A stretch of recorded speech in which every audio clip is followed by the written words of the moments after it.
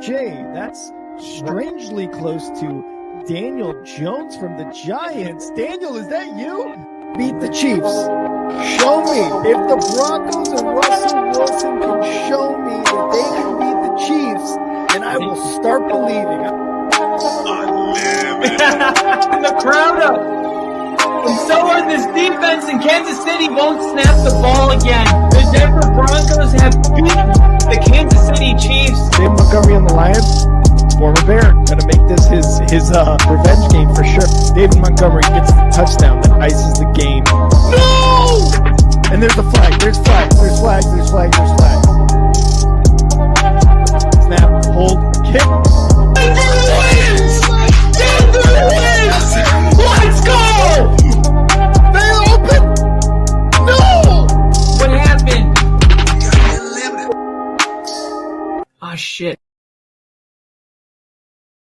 Yo, what's up, everybody? Welcome back to the only football podcast. Tonight, we're going to be recapping week 3 of the NFL. Kyle and I are going to go game by game and let you know our thoughts on those games. Then we're going to go into contenders or pretenders.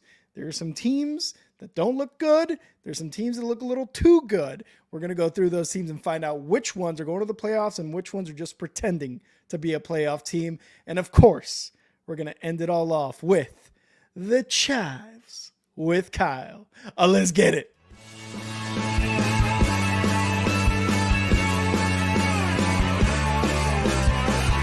America is football. Football is America. Football is America. If you don't like it, you can kiss your candy ass. For the moment in time, I don't give a damn. Oh my god! No! You loved it. It's 30 to 27. No! Chiefs win. Chiefs win 30 to 20.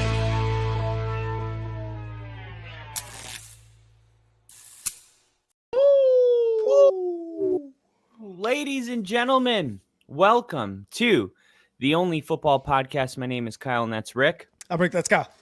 The best podcast in the YouTube space, the best podcast. We are part of the 98% club, producing 98% more content than every other sports content out there, sports channel out there. We are consistent.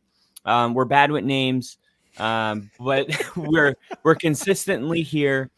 And man, of all the weeks that we've had so far, I think this is one of those weeks that you're almost itching to get to the recap day. Like in the middle of the Sunday games, I'm like, all right, I got notes. I'm ready to talk about all this because we had it seemed like almost every underdog win, besides the Jaguars. We'll get to that.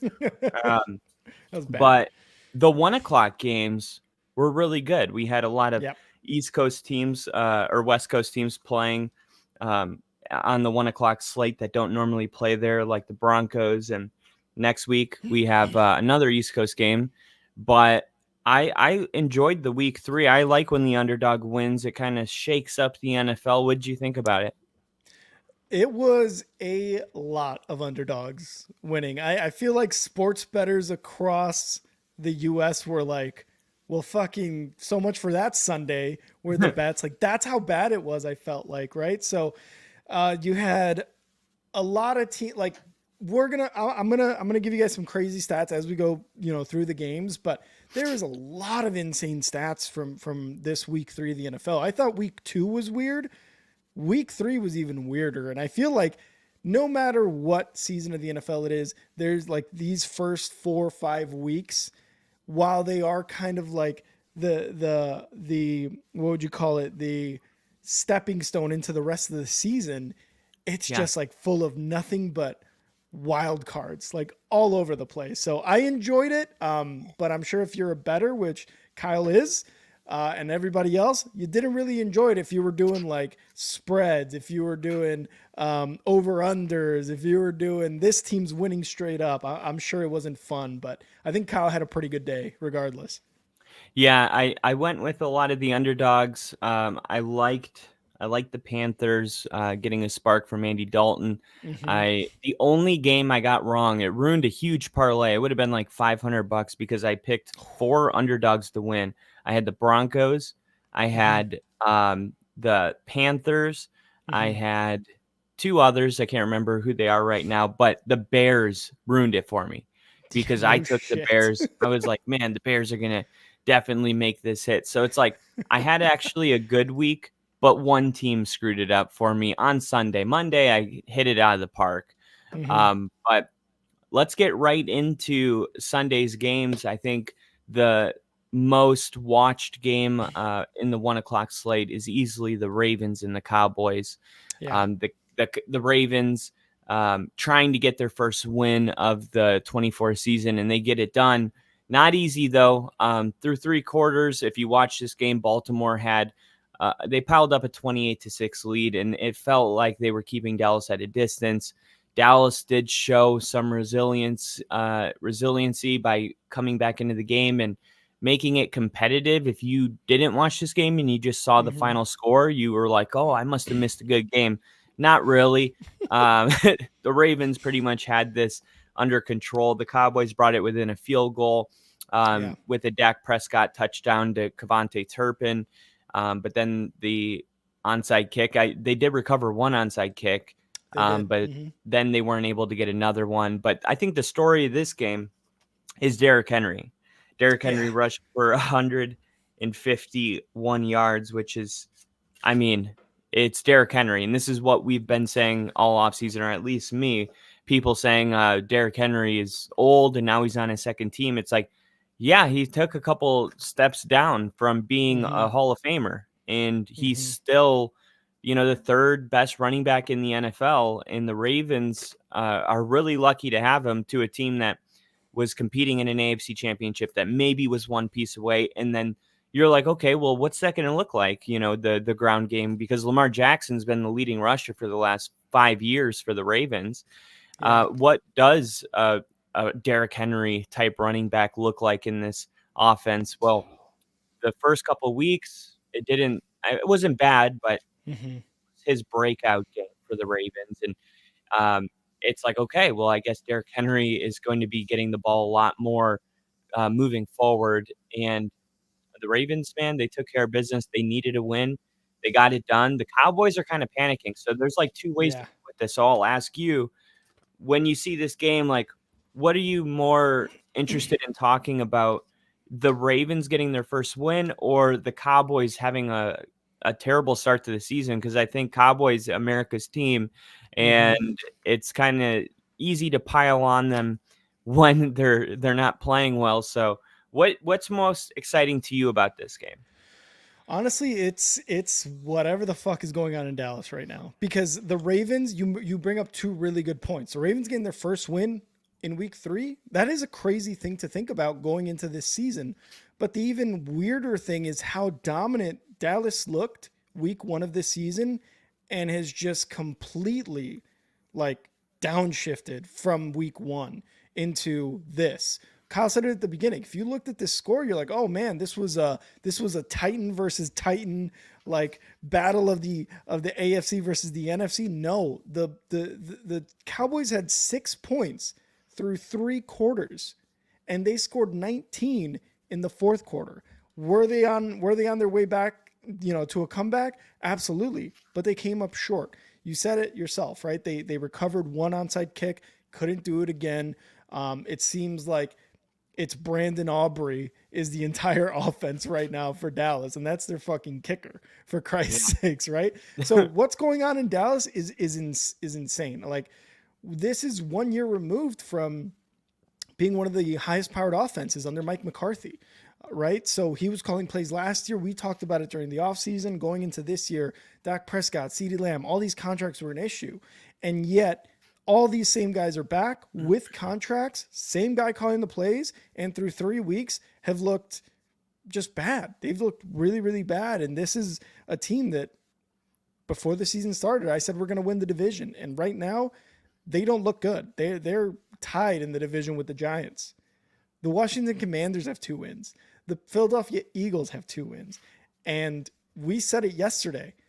if you put up the Commanders versus the Cowboys tonight or tomorrow night, you and I are picking the Commanders because of how well that offense looked. So Yeah.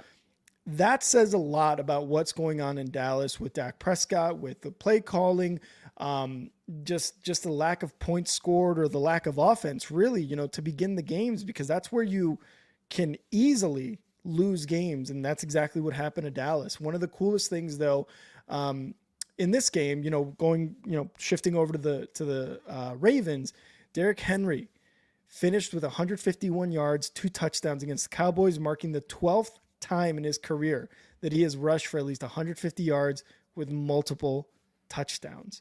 And he trails only Jim Brown in those stats, which is crazy. And one other note that I will put here for the Ravens, NFC teams for some reason cannot beat Lamar Jackson. He is 21 and 1 in his career against NFC teams. So quite an amazing feat for both Lamar Jackson and the Ravens and Derrick Henry. And, I will put my hand up. I was one of the guys who was like, Derrick Henry, 30 years old, whatever, 31. I think his time's coming to an end. And yet here he is, scoring 1 touchdown, I think, in each of his first 3 games for the Ravens, which also I think is the first time that has been done on the Ravens team. Yeah, you had 21 and 1. When I watched it on PFF with Phil Sims' son, what's his name again? Chris Sims. Chris Sims, yeah. He said 23 and 1. But regardless of what it is, I think it's 21 and 1 because I've seen that twice. He probably just made a mistake. It's insane.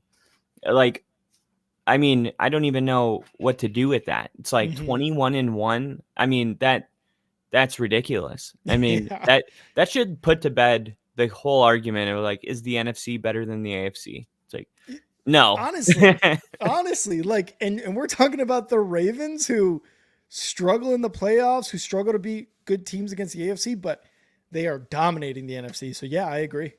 If they were in the NFC, they would have gone to the Super Bowl like every year, it seems like. They would probably be destroying the 49ers every year, it seems like. But it was another sweat for the Ravens who have a problem finishing off teams. And in a way, it feels like the Ravens revived their season because they avoided it would have been their second 0-3 start in team history. But I think the fact that they didn't close this game doesn't inspire a ton of confidence from Raven fans. And you're hoping moving forward, it's like, okay, well, maybe we can at least build off of this, but you're still looking for them to kind of, punch him in the mouth in the fourth quarter and not let Dallas come back into this game. But Dallas is a good team, so it's easy to say. But, I mean, the fact that they had Dallas at such a distance for 3 quarters is pretty incredible on its own. And I think it's a good thing for the Cowboys that the Giants are next, and we'll talk about that tomorrow. But good game from the Ravens. The next game I was super pumped about because I've been kind of big on Arizona through the offseason, and I thought this was a really interesting game because they go to Buffalo, and now we see Buffalo's maybe the best team in the NFL right now. Yeah. And they destroyed the Jaguars yesterday. But in the Arizona game week 1, Arizona was going back and forth, and that was a really close game. Then week 2 happens, and most people are taking the Rams over the Cardinals, and the Cardinals just blow them out. I mean, yes, the Rams were injured, but a blowout is a blowout. And Sean McVay is a great coach, and they had Matthew Stafford, so that meant something. So then we get this game, and I'm like, okay, well, we're going to finally see if Arizona is what we think they are. Are they what we thought they were? And we let them off the hook. Oh, no, don't do that, Kyle. Don't do that. PTSD for Cardinals fans. Watch out. But Arizona loses this game. But in my opinion, Detroit's one of the best teams in the NFL, if not the best team in the NFL. They had the run game going. The balance in Detroit is back after week 2 when Detroit actually lost to Tampa. A major issue is like you have one of the best offensive lines and the best 2 running backs in the NFL, and you got freaking Goff throwing the ball 50 times. Like you can't have that. You have such a good running game and such a good O-line. Well, they went back to that in this game. So that was the first thing that stood out to me is like, okay, the Lions are getting back to what they actually do well. Yep. They corrected last week's mistakes. I just said it. You can't throw 50 times. This team's just Mm-hmm. too good to be doing that. Mm-hmm. For Arizona, I thought Kyler Murray. I thought Kyler Murray was just a little off in this game. It seemed like he was trying to do too much. Like I saw Mm-hmm. him forcing a lot of passes to Marvin Harrison in week 1 and week 2. Kyler Murray was just taking the open receiver. Like he wasn't forcing Right. anything, just taking what the defense could give him. I feel like he wanted to win this game really bad, and it showed in a bad way. Mm-hmm. Um, the Lions had a couple key stops. There was that 4th down where Kyler was running for it and they stopped him. It was like 4th and 1 and he was trying to get to the sideline, maybe 4th and 3, and they stopped him like inches short. But Mm-hmm. Detroit there were so many because Arizona was down 10 points for most of the second half. So they kept finding themselves in like 4th and 3, 4th and 2, and they were going for it because they wanted a touchdown. And Detroit just kept stopping them on 4th down, which is pretty incredible because this is a pretty good offense, at least what we've seen from them so far. So you got to Mm-hmm. tip your hat to Detroit. This wasn't a team that was going to be a get right game, but it felt like they did that. They got back to Yeah. playing Detroit football. Mm-hmm. Goff cut down on his turnovers. The Lions defense was spectacular. Mm-hmm. And the eye-popping stat for me is Terrion Arnold, who was flagged for his 4th defensive pass interference call of the season while defending Michael Wilson in the second quarter. No other player in the league has more than 2 defensive pass interference. So although Terrion Arnold has looked really good, he is getting himself in trouble with PI. But if you Yeah. watch how he plays, he's such a physical corner. Mm-hmm. Sauce Gardner should have had the same mistake, but I felt like the refs didn't throw the flag on him. They're throwing it on Terrion Arnold. So their next game for the Lions is going to be against the Seahawks. And for the Cardinals, I feel like they just got to get back to work. Like they're going to be Mm-hmm. fine. The Mm-hmm. Lions are probably the 1st or 2nd best team in the NFL, and I thought they played a good game. So I think they have all the right pieces, but this could be a game that they could learn a lot from. And I Mm-hmm. think a well-coached team does that. And I think the Cardinals will do that. And next week they're playing the Commanders, so that'll be good for both teams. Yeah, that might be one of those like, let's, on the Washington Commanders side, like prove that this win on Monday Night Football wasn't a fluke, and then the Arizona Cardinals, it's like prove that you can beat a team with a pretty damn good quarterback and offense, right? So the Terrion Arnold thing, I want to touch on that. I love, as a rookie, how physical he's getting with these wide receivers. That's Yeah. what I love. He's going to get these calls. He's going to get PI called on him all the time, but because he's a rookie. That's just how it goes. Unfortunately, that is how the refs see it. Rookie flag, right? But you gotta really appreciate the physicality that he's showing against these NFL wide receivers. So love that part for Terrion Arnold because it looks like he's settling into the league and the transition isn't too much for him. But going into the game, the defense for the Lions, you called it in the preseason. You said, I think Aiden Hutchinson is going to be defensive player of the year. And he is fucking playing like one. 6 total tackles, 4 solo, 2 assists with a sack. I mean, week 1 and 2, he's already been an absolute monster and has just been, destroying quarterbacks, getting in the backfield and all that. So him and TJ Watt are up there right now in terms of defensive players of the year. But Yeah. I love that you called it, and I'm going to bring it up every time Aiden Hutchinson has a big game. I was like, Kyle called it. So he looks really good, and that defense looks really good.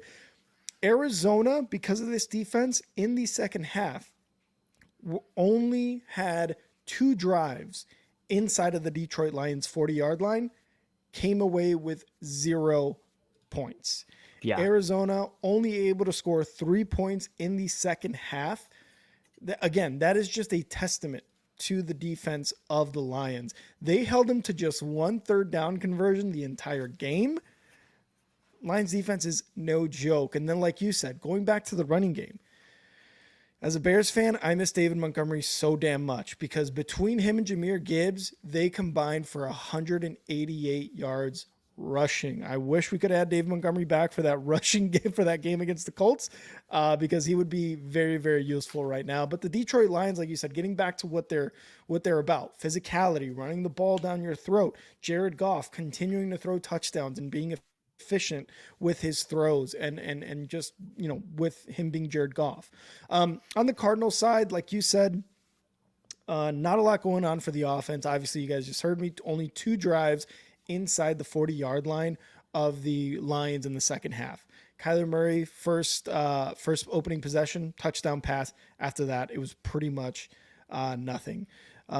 Murray led the team in rushing with 45 yards. And when you have James Conner on your team, that should not be the case. He was held in check. 9 attempts, 17 yards with a long of 7 yards. There's like, what else is there to say? You know what I mean? Like, Hey, 7 is pretty long. Hey, 7's a good size. All right. That's like above average. Oh yeah. You didn't know that. No, that's huge, guys. This Cardinals team just got beat up by a much more physically dominating team in the Lions and Dan Campbell. So the Lions, like you said, it wasn't necessarily a get right game, yet that's what it felt like for the Lions. They didn't put up too much points on the board. 20's pretty damn good, but they didn't put too much on the board, and they still look good doing it. So kind of a get right game for the Lions, in my opinion. And we got Bill in here. Too many good shows on at once, and always appreciate you choosing us over the others, Bill. You have so far just missed Dallas, Ravens, and then we are talking Cardinals, Lions right now. But yeah, that's kind of what I thought about that game. Yeah, I gotta say, since you said the Aiden Hutchinson thing, so I finally got something right. So in the preseason, I was telling you that I felt like Aiden Hutchinson was going to win Defensive Player of the Year. Mm-hmm. Okay. So what I did was, in the beginning of the year, I parlayed Aiden Hutchinson to win Defensive Player of the Year and Comeback Player of the Year to go to Sam Darnold and Josh Allen to win MVP. Oh my God. Kyle's about to hit 750K. I only put $5 on it, so it was like $750. But I gotta say, but still, like, that's really good, and you got to feel really good about it, because today the odds officially changed, where now Josh Allen has become the favorite to win MVP over Patrick Mahomes. Let's go. And Sam Darnold is now the second highest odds instead of the 10th when I placed it. Aaron Rodgers is the first. And I'm like, I could see it. So what I did was I put a $10 bet on Aaron Rodgers to win it. And then I win $10. So it's like I get my money back if I lose the $5 bet, if that makes sense. Oh, okay. That's good. So yeah, all good. I really need is Aaron Rodgers or Sam Darnold to win it. If Aaron Rodgers wins it, I break even. If Sam Darnold wins it, I win big. But the other thing I was going to say was that this season has just been, as far as like our predictions, I haven't felt like we have been this spot on with a lot of things since we started the channel. Like, there's just been so many things that we said. I will say that we thought the Titans would be a little bit better. And we'll get to that, but I think we got to give ourselves a round of applause. We're either getting better at this or we just got lucky, but I think we're getting better at it. So I'm going to roll with that. I will say this week was probably, in terms of predictions, one of my worst weeks. And we actually, Kyle, have not come up with a punishment for who loses the predictions by the end of this week. I know we didn't do it last year. It was a bit of a weird year last year, me getting back from deployment, all that stuff. But I think by tomorrow, or at least by the end of week 4, we should come up with something. I'm down. I'm totally down. But this week 3 was bad for me. Yeah. Well, speaking of bets, I placed one with the 49ers, and that's the game we're going to talk about right now. The Rams had probably the biggest comeback that we've seen so far in the year. San Francisco was winning this game the whole time, and this game was in LA, but it was filled of 49er fans. I don't know if you saw the videos. It's literally a sea of 49er fans. Yeah. I don't know if there were any Rams fans there. Mm-hmm. Regardless, there was a momentum shift that you could feel, and I ended up winning $50 in just a matter of 2 plays. The Rams Nice. stopped them on third down, got a big punt return, kicked the game-winning field goal, and snuck a win. And there was actually a picture of Sean McVay, because Sean McVay has had Kyle Shanahan's number for quite a bit. And there was a Mm-hmm. picture of him shaking his hand, and he's like giving him a pat on the head, almost Oh God. like how you do a kid. So Oh that's a no. meme. Yeah. So yeah, exactly. That's a meme. So, but I thought the Rams, I mean, showed a lot of grit to come back into this game. Mm-hmm. The Rams fell to 0-2 for the first time under McVay. But they've been dealing with a ton of injuries. You don't Yeah. have Cooper Kupp. You don't have, um, uh, what's his Puka name? Nakua. Puka Nakua. Thank you. Um, Offensive linemen are down. Right. Mm-hmm. They had to defend Jawan Jennings, who is turning out to be the biggest threat. They just paid Brandon Yeah. Ayuk. Jawan Yeah. Jennings seems to be the best weapon that they have on this team right now. Yeah. They gave up 3 touchdowns to this guy. I mean, he Mm-hmm. definitely gets a game ball, but he was the first 49ers receiver with 3 or more receiving yards in a game since T.O. did it in 2001. Oh shit. Um, I think the most surprising performance goes to Kyron Williams, who had his lowest yards per carry since being the starting running back last season. He scored all the Rams touchdowns in San Francisco, but it was one of his like lower scrimmage yards games. So Mm-hmm. um, I have him on fantasy, so of course I notice these things. Um, for the 49ers, I can't catch a break on fantasy. Like, it's so bad right now. Um, um, You're goddamn right. for the 49ers, they're 1-2. And I said this in the offseason. I didn't have the 49ers that high. I said the vibes were off. I thought Mm-hmm. the Christian McCaffrey injury reminds me of who was it? The safety, Eric Berry. Do you remember he had this injury? For the And then Chiefs. yeah, and he was out for like Mm-hmm. 1 game, and then they ruled him out for 2, but he wasn't on the PUP list. And then all of a sudden he had to go out of the country to meet with a special doctor, and then he ended up not even playing that year. And Christian McCaffrey is currently in Germany seeing a Yeah. specialist. Yeah. Um, That's the insane. Trent Williams, they finally paid him, but he was banged up in this game. George Kittle has a hamstring. Debo Mhm. Samuel has a calf. I mean, it's Yeah. just like the 49ers have kind of been an exhausting team to keep track of during the offseason. Mhm. In the way it started for the 49ers does not surprise me at all. I took the Rams to win this game. The 49ers 1-2. How much trouble are they in? Well, probably not that much, because they're going to probably get George Kittle and Debo back, and Mhm. then they'll be fine. They'll have their offense back. But anytime you start 1-2, it kind of sucks. Let me give you a stat that's going to blow your mind. You might think starting 1-2, or let's say 2-1, is Mhm. not a big deal.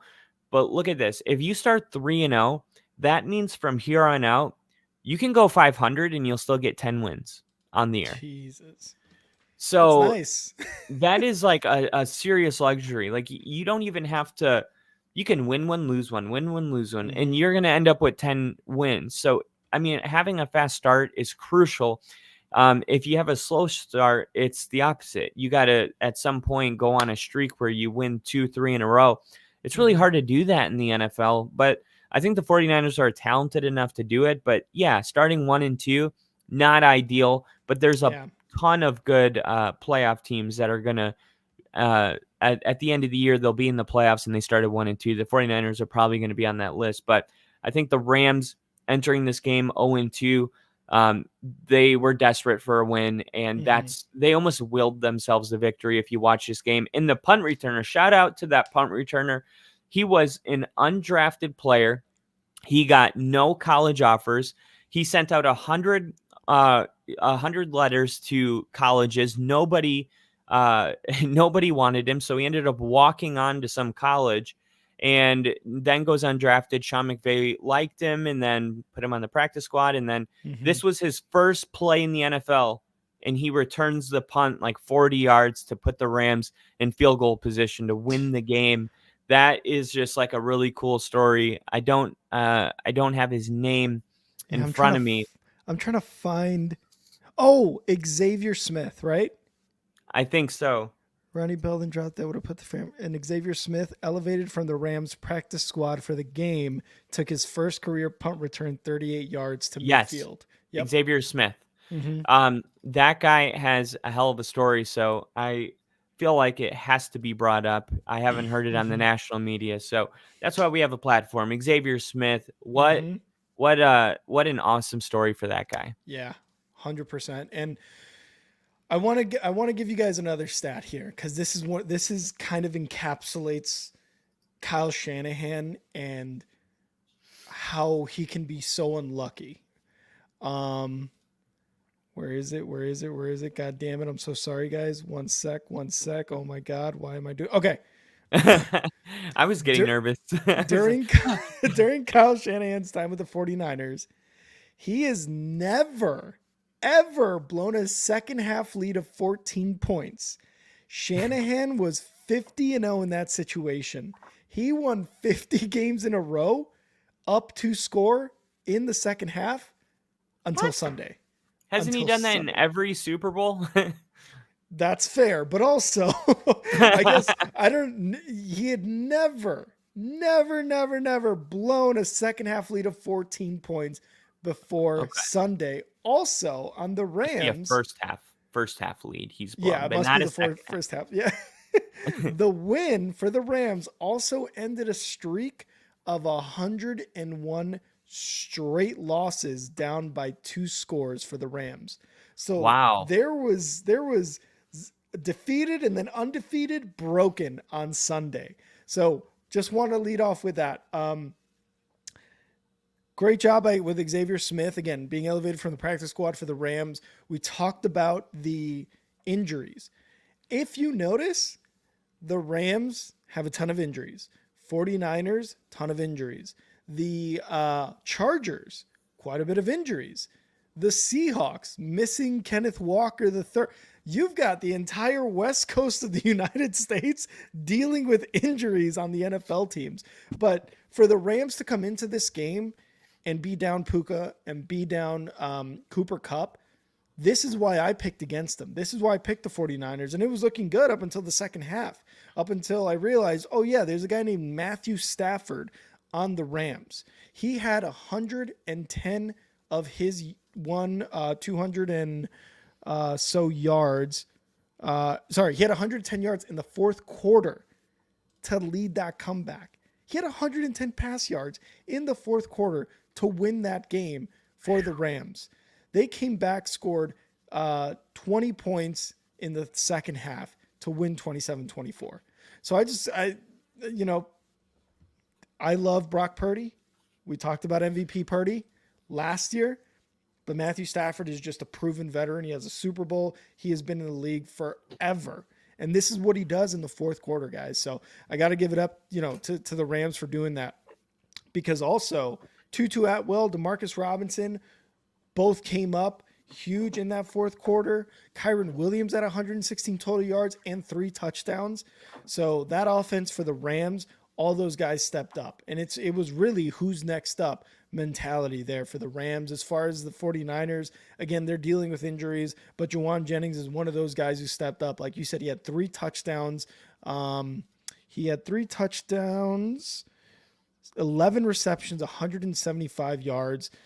He was the leading receiver by over 100 yards compared to Brandon Ayuk, Ronnie Bell, Juszczyk, all these guys. So even though the 49ers are also dealing with injuries, they look good in that first half. It's just after that, it was pretty much over for them because the Rams said, you know what? No, we're not losing to the 49ers. We're not losing to these guys like this. Matthew Stafford put on his big boy hat and said, no, we're taking the dub. And that's exactly what they did. What I will say for the 49ers, you want that Jake Moody kickback. You want that field goal back because he missed it by just a little bit. and you hated to see him because these were the exact same struggles he was having last season as a rookie.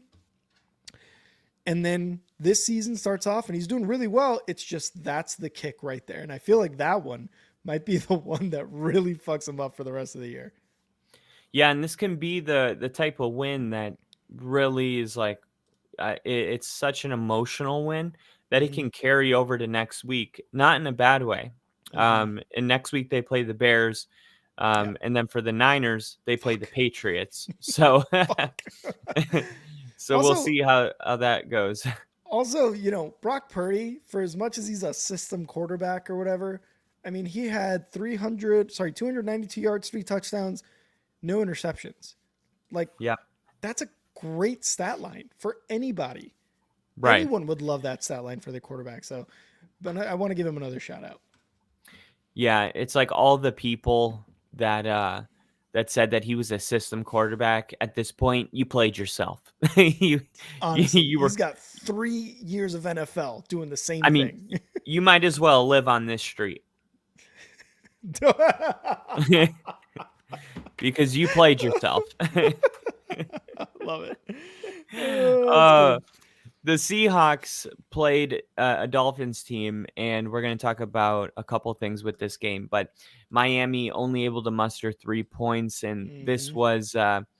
this was the way we thought it was going to be with Skylar Thompson. The Dolphins offense simply doesn't work, and it argues the point. Oh, I thought anybody could operate Mike McDaniel's offense. It's Yeah. just get the ball to Tyreek Hill and let him do the rest. Well, Yep. apparently Tyreek Hill is good at operating Mike McDaniel's offense, and Skylar Thompson isn't. Mm-hmm. So this is the same thing that would happen if Brock Purdy wasn't playing. So we can just stop saying that about people.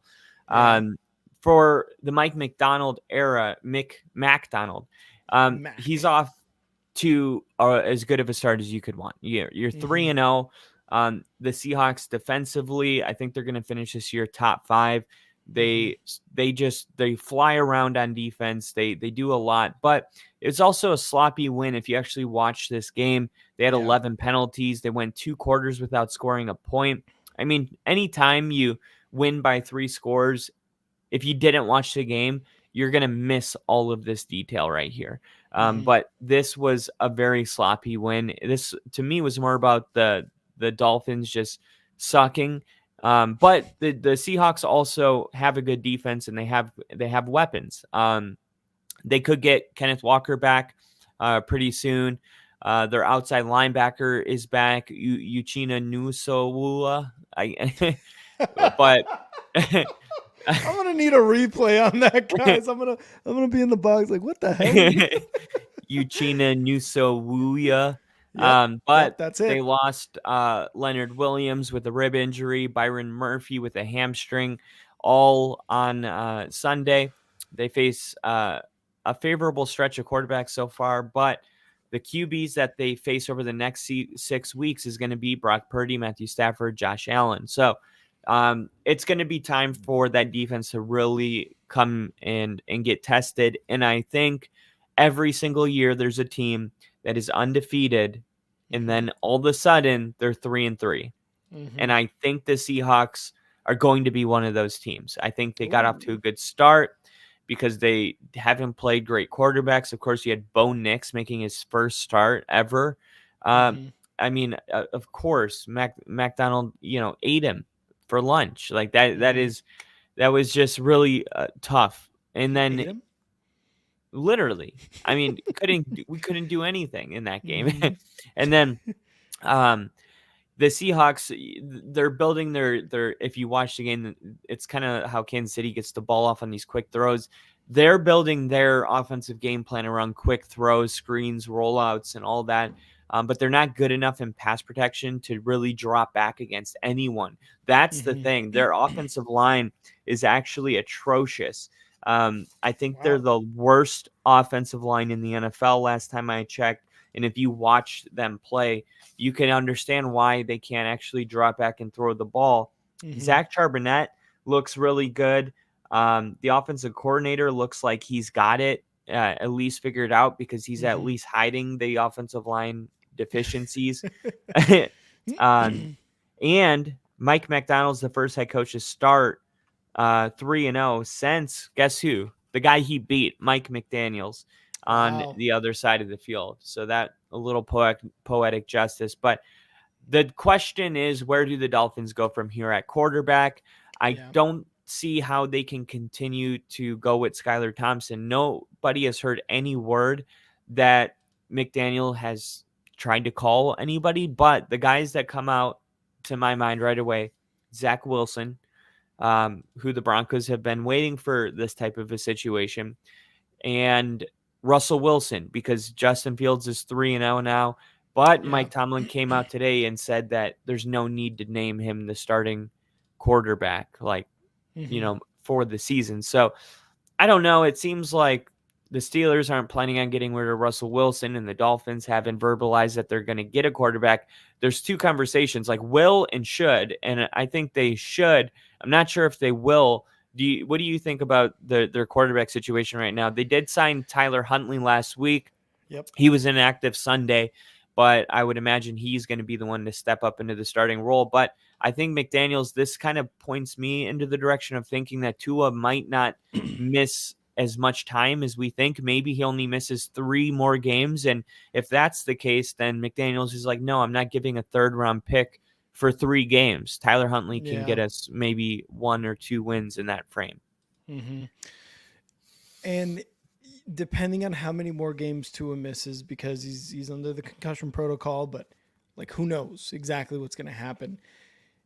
This can't keep happening for as many of those games as Tua is going to miss. Like if he misses 3 more, let's say 3 more games, and this is the offensive output you're putting out there, you're going to be what, 1-5?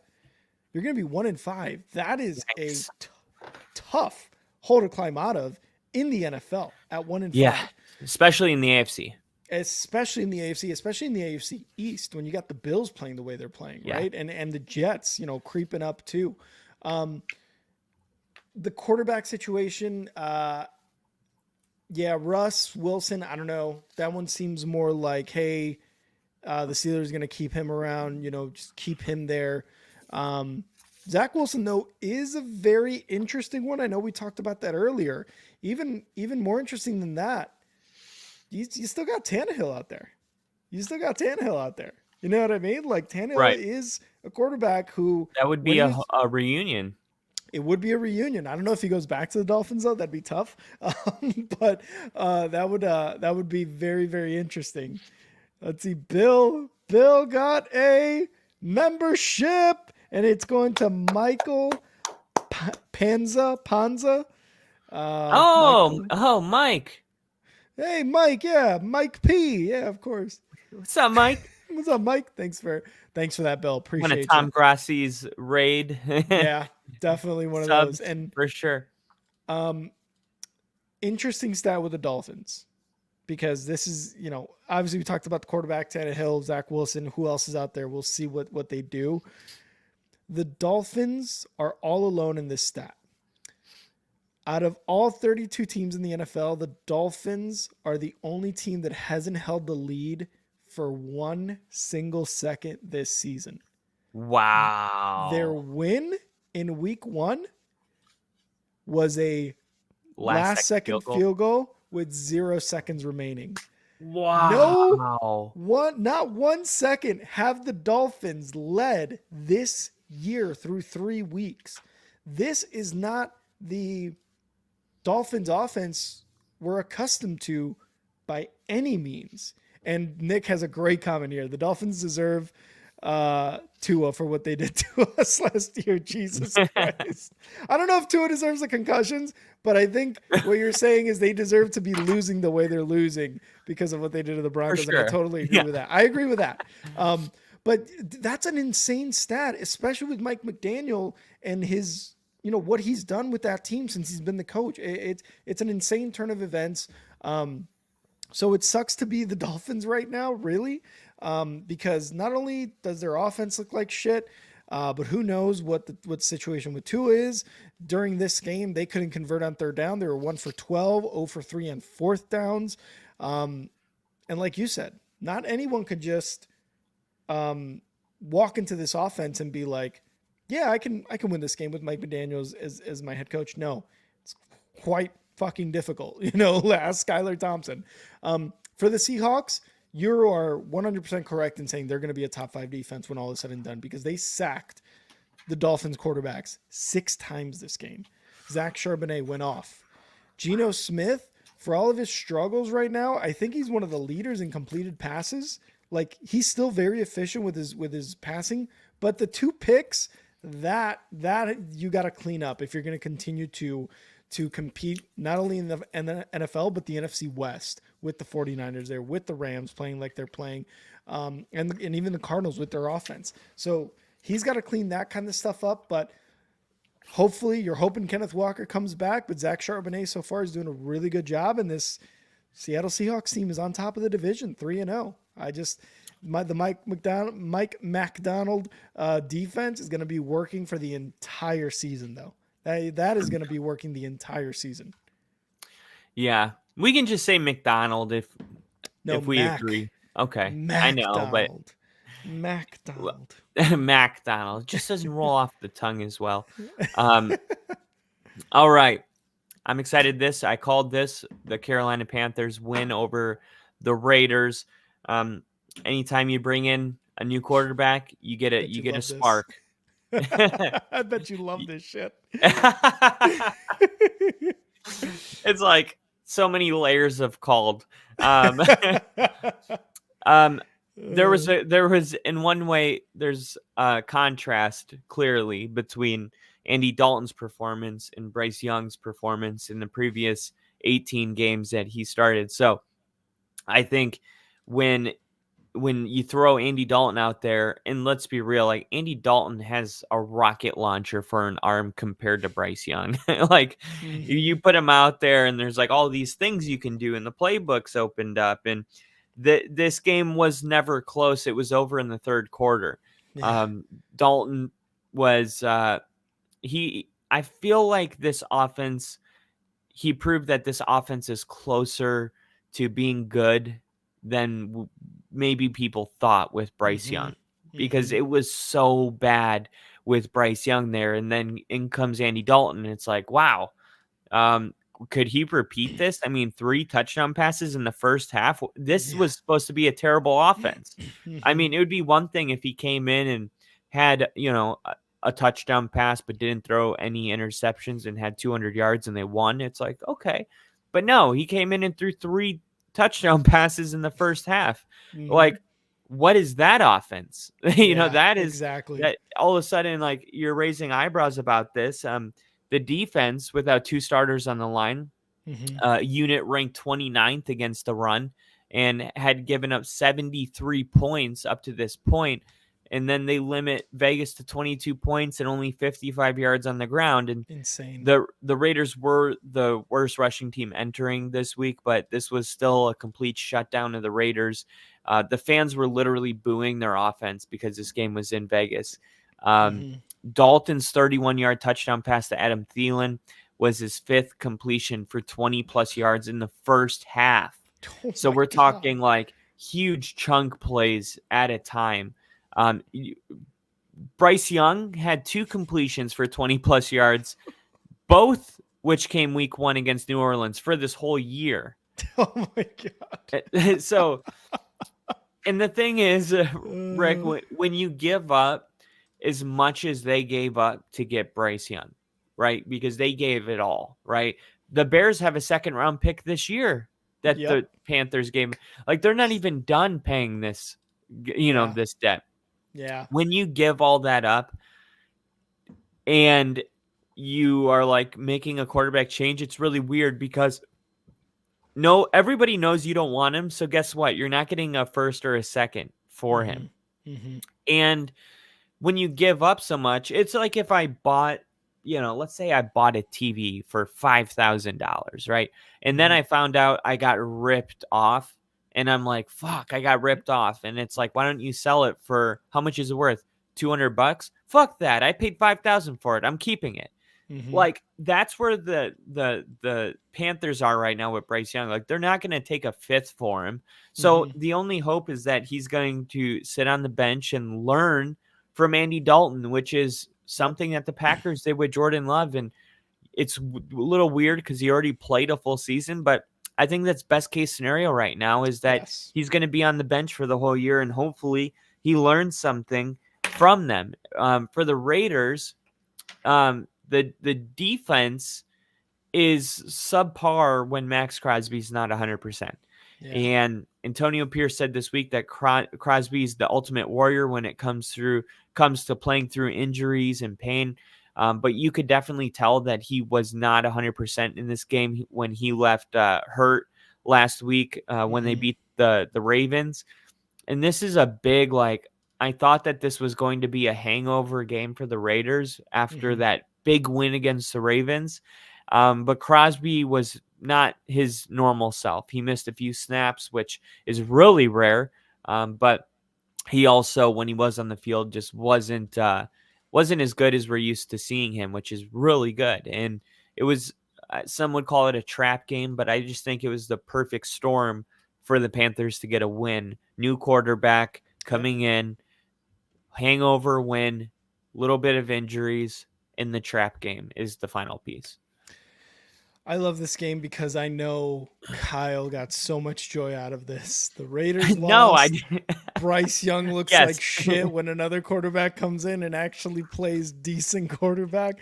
Like, Kyle's not showering in the fact that Bryce Young sucks. He's just like, I knew it. I'm telling you guys what I saw, and this proves it. But I know he's like, I fucking love that the Raiders lost because that's how I am with the Packers. Yes. And I feel that. So I love that for you. 100. One thing about this game, Andy Dalton's first game, he is the first quarterback this year to throw for at least 300 yards and 3 touchdowns in the same game. The first quarterback through 3 weeks of all 32 teams in his first start. He's the only quarterback to do that this year so far. What? Which is a crazy thing to think about. That's when we talked about, and actually it was actually just beaten probably by fucking Josh Allen. It was actually probably just beaten by Josh Allen last night. I think he did throw for 4. But the 300 yards, I actually don't know if he threw for 300 yards. So this might actually still be true. But isn't that crazy that Andy Dalton's first start is actually like a spot start in week 3, and he's the first quarterback to do that? We talked about scoring being down the first 2-ish weeks of the season. Yeah. And he comes out and he does that. It's crazy. It is. So weird.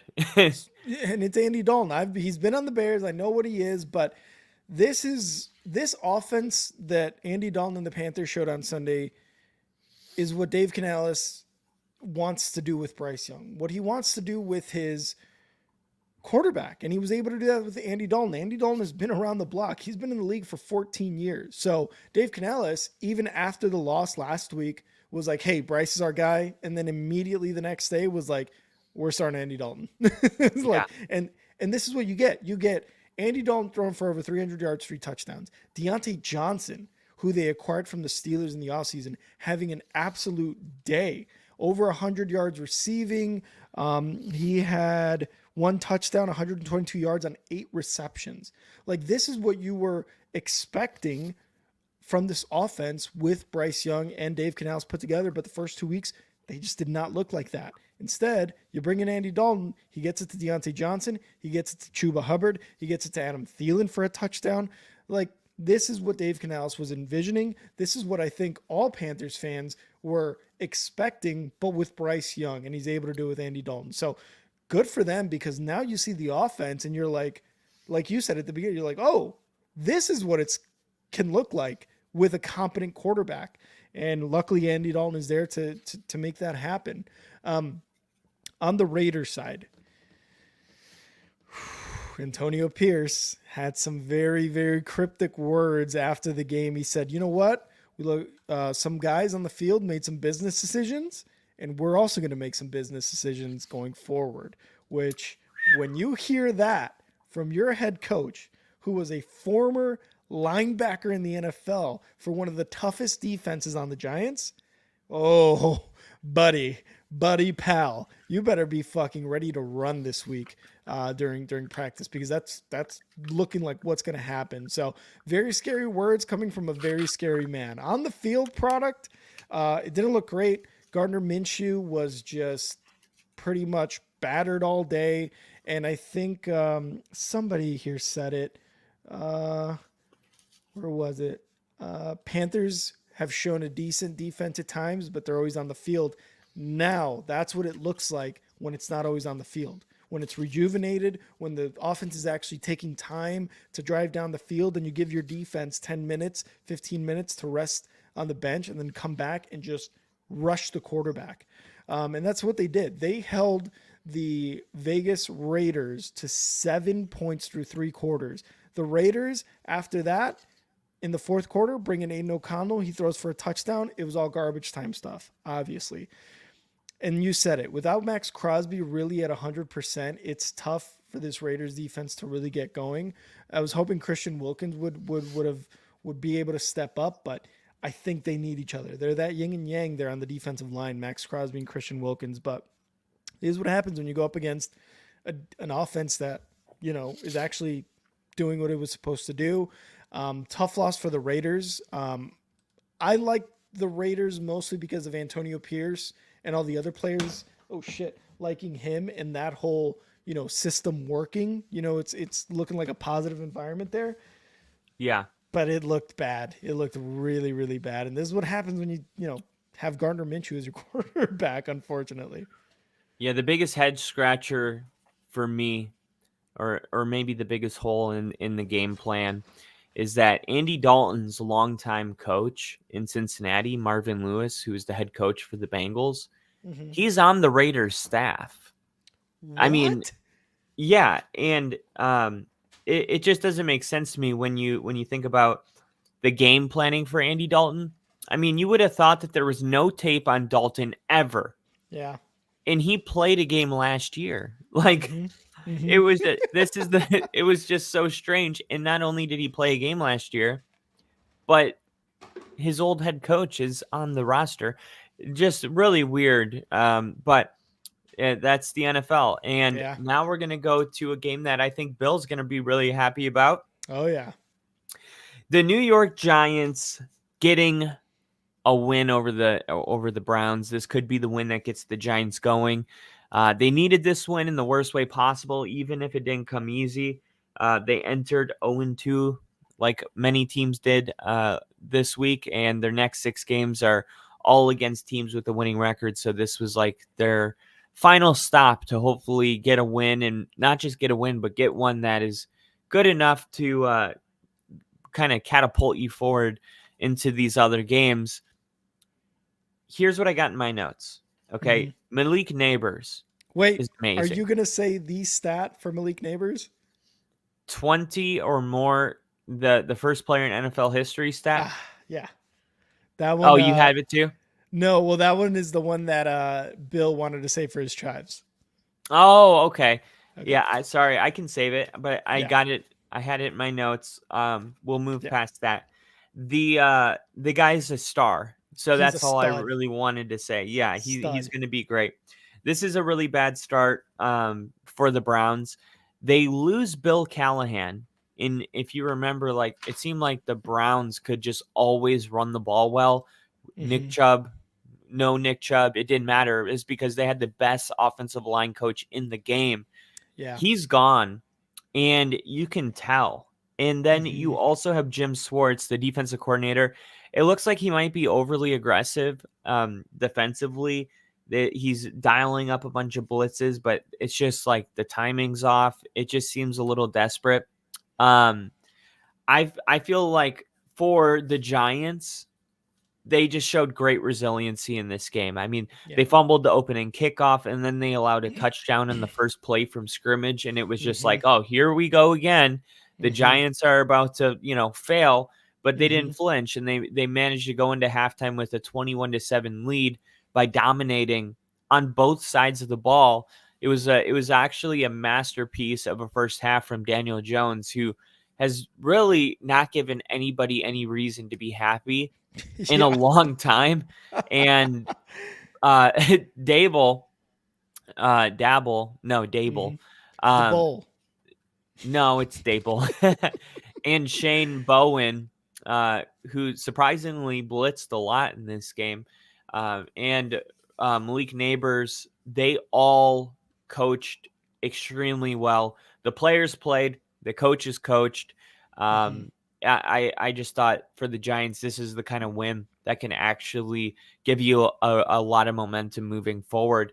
Mm-hmm. Um, for the Browns, it's a total disappointment. They Mm-hmm. entered this matchup near touchdown favorite. I think it was 6.5 points, Wow. and they were down 14 at halftime. Even though they recovered that fumble and scored on the first play, Mm-hmm. it was the type of letdown that a team just can't have at home in front of their own fans. I feel like they didn't adjust to the Giants' blitzes quickly enough. It's apparent Yeah. that Deshaun Watson still has a lot of getting back to do. I don't know how to say it. Like Yeah. he's just not the guy that they traded for. Nope. It wasn't until midway through the third quarter that Cleveland finally adjusted to combat the pressure. I don't know why they weren't making any adjustments on their side of the ball, but they got the Raiders next week, so maybe they can get something going against the Raiders. But it was a good win for the Giants. Yeah. Good win for the Giants. And part of my prediction, I did pick the Browns.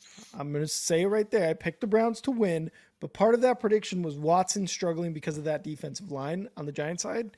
And that's Yep. exactly what happened. 8 Yeah. sacks. 8 sacks. Dexter Lawrence and Brian Burns were everywhere in this game. Dude, this is the best defensive line in the NFL. It is the best defensive front in the NFL because of how dominant they are. And like you said it yourself, this Browns offensive line could not recover. You couldn't build a scheme to save your life to block these guys from getting to Deshaun Watson. And then you talked about Malik Neighbors. Just throw the ball within 5 feet of Malik Neighbors and he's going to catch the ball no matter what. He is easily looking like the best wide receiver in the draft class right now, even better than Marvin Harrison. And Marvin Harrison Jr. had a hell of a week too, but Malik Yeah. Neighbors had an amazing first 3 weeks of the season. And we are going to say that stat for the Chives. Bill wanted me to save it, but we will say it at the end. Best receiver in the NFL. Definitely up there. Better than Definitely Justin up there. Jefferson. Woo! Kyle's already saying this shit. I know there was a paragraph. I read something, I think I was on CBS, where it was like offensive rookie of the year might come down to Malik Neighbors and Marvin Harrison Jr. instead of the quarterbacks. And I'm like, I get it. I get the hype, but we'll wait a bit before we say something like that. No, man, the Giants were extremely, extremely good. The defense, again, just great job in the fourth quarter. The Browns had the ball 3 different times in the fourth quarter with a chance to take the lead. And in all 3 possessions, the Giants came up with a huge stop. They forced a fumble on a handoff, and they stopped the Browns twice on 4th down. So the Giants creeping up to be one of, at least looking after week 3, looking like a really good team, at least on the up and up here, especially on the defensive side. And with Malik Neighbors, their wide receiver, I mean, what else is there to say on the Browns?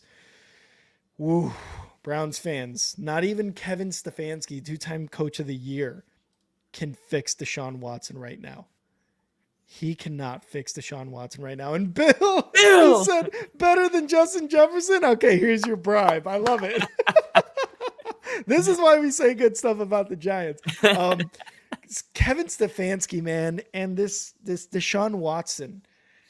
Browns fans, like, I thought, like, I don't know, the last 3 seasons with Deshaun Watson encapsulates, in my opinion, what the Bears have been with quarterback problems. Like, you pay this guy $230 million guaranteed money, and this is the football that he's playing. If you're a Browns fan, you're just not happy with anything that's going on. Like, Deshaun Watson for 2 seasons, last season and this season so far, it's been like good game, 2 mediocre games, 1 really bad game. And that's just been like Deshaun Watson's formula. It's been seeming like. So I don't know what to do with I wouldn't know what to do with Deshaun Watson, a quarterback. It's just you gave this guy so much money, you have to play him. And unfortunately, the rest of the offense, has to struggle with that as well. Did I have? Oh, that was a Malik Neighbors thing. I don't have a crazy stat because it is the Malik Neighbors stat, which we will get to in the chives. But yeah, other than that, the Browns, man, the Browns are gonna have a tough time. Rick, do you think the Giants D line is better than Pittsburgh D line? Yes, I'm gonna go with yes. I'm gonna say yes. Yeah. He asked you, so I won't answer. Yeah. Don't ask Kyle. Nobody asked Kyle. Kyle, what do you think? Do you think the Giants D line is better than the Pittsburgh's? Yeah. Ooh, shit, Bill, you got a defensive line. At least you got that, and a wide receiver. You got that. All right. I'm gonna let you go ham here, but I just want to say one thing. I was more invested in this game because it was the one game my whole parlay was hanging on was the Bears and the Colts. Yeah. And so I'm a little more angry than I normally would be about this game because what I saw for a formula to win and why I placed my bet in the Bears in the first place was because the Colts give up nearly 500 rushing yards to the first two opponents. They were the worst rushing defense in the NFL. So I'm like, okay, this is a perfect recipe. What is wrong with Shane Waldron's play calling? Like, what is wrong with you? How is it that Caleb Williams is throwing the ball over 50 times in a game against the worst rushing defense in the league? I just don't understand it at all. Caleb Williams, as much as like there were times where there were bad decisions. Latu had a strip sack. I just didn't like the Bears offense at all. I felt like if you and I understand, hey, maybe you should attack a team's weakness. I just don't think that we need to reinvent the wheel over here. You have a rookie quarterback. Why not make this easy for him? You traded for DeAndre Swift. He's a 3-down back. Get him the ball. Get him rolling. I understand that the offensive line hasn't been great, but when you throw it 52 times, you're really going to screw over the offensive line because you know what slows down a pass rush? A good running game. It's like what came first, the chicken or the egg? Just run the fucking ball. If they suck at stopping the run, just run the ball and you'll find out that it stops the pass rush and you help out the offensive line. DeAndre Swift, I mean, it's a $24 million deal. Let him play a role in this game. Really disappointed. Williams did have a Hail Mary throw. So close. There's been 6 completed Hail Mary throws that did not result in a touchdown since ESPN started tracking them in 2009. He had a heave to DJ Moore in the final play of the game, and it landed on the 1-yard line second time. So good passing yards, but you got to put that into the equation there. That one of the plays was a Hail Mary that helped pump those numbers up a little bit. But for the Bears, it was just a little disappointing because I felt like Anthony Richardson is making a ton of mistakes. When you watch his film, he's inconsistent. He's missing high school level throws, and this was a beatable team. And the Bears had the door open, and they just couldn't run through it. Where do I begin? The offensive line, you called it at the preseason, like, there's definitely worry there. There's 100% worry there. Me going into the season, I thought it was improved. Now, Nate Davis he's a tough watch right now. What's his name? Coleman Shelton is a complete tough watch at center. I don't know what to say about this offensive line. Like, Tevin Jenkins is struggling. Braxton Jones is struggling left tackle. Darnell Wright is struggling at times, although those 3 guys are probably your best offensive linemen right now. The offensive line is going to need a major, major rework unless it just like completely 180s going towards the end of the season. Regardless, this offseason, the draft, if Justin Fields continues to start for the Steelers, that conditional fourth, I think, turns into a second if he starts over 50% of the games or 50% of the offensive snaps, whatever. It turns into a second. Offensive lineman. First round pick, offensive lineman. Like Yep. Ryan Poles has got to strengthen that offensive line. Caleb Williams, he did for a few plays there, hold on to the ball way too long. I don't want to put this all on the offensive line because they did give him quite a bit of time to throw the ball. So he had time.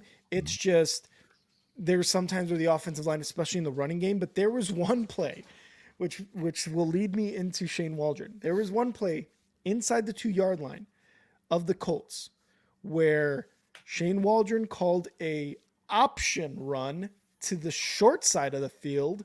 And for those of you who don't understand the short side of the field, it's when the ball is on either of the hashes and they run towards that fucking side.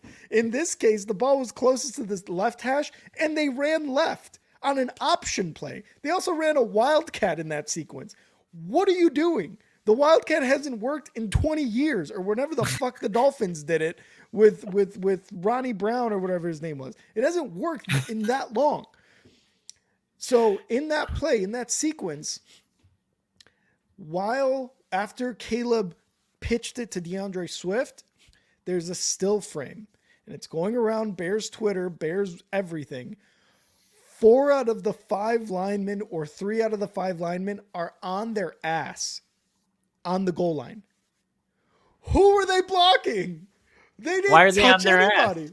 Because I don't know. That's the question I have. I was like, how are you guys not blocking? And then in that same still frame, DeAndre Swift has the ball trying to run or trying to get an edge somewhere into the end zone. And he's got 6 Colts defensive linemen in front of him because 4 out of our 5 linemen are on their ass, not touching anybody. There's been too much of that going on with the offensive line. Going into Shane, not physical, not understanding what the assignments are, it looks like, or just the execution is just dog shit. Shane Waldron's play calling inside the 5-yard line of the Colts has been atrocious. His play calling in the first 3 weeks has really been atrocious. It really has been. There's something going on where he doesn't understand that, hey, the Wildcat isn't working anymore because it's 2024. It's not 2004, it's 2024. Defenses don't get confused anymore. His play calling has just been atrocious, especially on 4th down, especially on 3rd down. So I don't know what to do with Shane Waldron. I guess Seahawks fans are trying to tell us like, hey, go ahead, but he's not the guy. And so far through 3 weeks, it has kind of been there. That has been the fucking mood. DeAndre Swift. Can I say something really quick about Shane Waldron? Yeah, go ahead. I remember bringing up that Shane Waldron, he only has success if the quarterback, it's one of those Brock Purdy things where you have to do exactly what he's saying. But if you are trying to extend the play, the play after the play, like what Mahomes always does, that Shane Waldron's offense just doesn't work. And you said earlier that there were times where he was holding onto the ball too long. That's like a recipe for disaster with Shane Waldron's specific offense. That's all about timing. So I just want to throw that in there. And that's what Eberflus was saying. One of his or actually he was on a podcast, the Bears podcast, the Voice of the Bears radio does it. And he was like, yeah, we got to execute better on that play. And it's like, I get that the offense has timing and it's much more complicated than a defensive scheme. It's much more like you're saying, it is a do this because this person will be there at this time. By the time you're in your 5th step, this guy should be cutting across and you can, throw the ball right here and that guy should catch it. Totally get that. Offense is an entire, it has to be clockwork type of offense. I get that. It's just Shane Waldron. I don't know what's going on, but either the execution isn't there or, like I said, Caleb Williams holding on to the ball too much. The line isn't giving him enough time. Whatever the case may be, that's what it is. DeAndre Swift paid him a shit ton of money. He's not a 3-down back. Unfortunately, that is just what he's proving right now, is that he is not a 3-down back. He cannot get through the tackles. He can't shed tackles. This is why I was saying earlier, I miss David Montgomery so much because DeAndre Swift is nowhere near a quarter of what David Montgomery is. David Well, where was Montgomery, he the last 2 years? Philly, Detroit. Great offensive lines. you're right. And the thing, what the crazy thing is too, though, is that Dan Campbell, Jahmyr Gibbs, Dave Montgomery, that offensive line, they're gritty fuckers. They like to get physical. It seemed like Dan Campbell was like, as soon as I can get rid of DeAndre Swift, I am. He went to the Eagles, had a good year with the Eagles. Why didn't the Eagles keep him? Why didn't they do that? They got rid of him too, because you know what? Saquon, a much better, much more physical running back who is an actual 3-down back, was right there. And they're like, fuck it, let's take him from our division rival. Sorry, Bill, don't mean to bring up bad memories. But DeAndre Swift is not that guy. He's good in the pass game. He's good for like spurts, but you got to give the ball to Roschon Johnson more. Roschon Johnson is that guy, 3-down back, or at least a power guy. I was listening to one of the Chicago podcasts, and I promise I'm going to wrap this up here soon. But I was listening to one of the Chicago podcasts and was saying, DeAndre Swift, if you need him to get 2 yards, he's going to get you 1. If you need Roschon Johnson to get you 2 yards, he's probably going to get you 3 to 3.5. That's the difference between those two running backs right there. Roma Dunze, really good game from him. Caught his first touchdown. Caleb Williams, first touchdown. Cole Kmet. By the way, Shane Waldron, another fucking thing I got with him is not incorporating Cole Kmet anymore. Like, not until this game has Cole Kmet been an actual factor in the offense. Also had his first touchdown catch of the season. Caleb Williams, again, yeah, that Hail Mary played a huge part in yardage, but he had a really good game. I think I said it yesterday. In 3 games, in this third game, Caleb Williams have more yards than what Justin Fields did in his entire 3 seasons in Chicago. So that right there, because he had to throw it 52 times instead of, running with Roschon against a terrible run defense, yes, that's how you're going to get the yards. But I do like seeing that. I do like seeing the progression. The turnovers are going to happen. It's a rookie quarterback. And the Colts have a pretty damn good secondary, to be honest. I think Nick Cross, their safety, is like leading tackler right now in the NFL. Regardless, really good stats from Caleb. I love the progression. He's getting better. He's getting more yards. He is holding on to the ball a little bit too much, but the least of my worries is Caleb Williams and Roma Dunze and the skill players on the offensive side. The defense, as good as it's always been.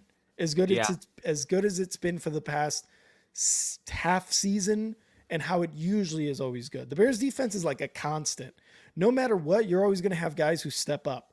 Jalen Johnson, Tyreek Stevenson, Zach Pickens, Montez Sweat, TJ Edmonds, Sanborn did really good. Tremaine Edmonds had an interception in the end zone. So really good all around for the defense. Again, the defense, the skill players and offense, zero issues with, zero worries. It's just that offensive line and the coaching. The coaching is playing a huge part right now in what's going on. There was a clear challenge for a first down that Cole Kmet got. Zach Eberflus kept it in his pocket. The play calling by Shane Waldron has been questionable. The clock management and the timeout usage has been questionable. You said it preseason.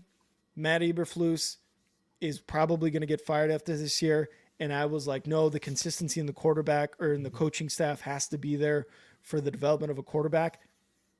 Unless they do a 180, get this coaching staff out of here. Honestly, pay Eberflus to leave, because the Colts and Anthony Richardson gave them too many chances throughout this game to win this game, and they didn't take advantage of one of those chances.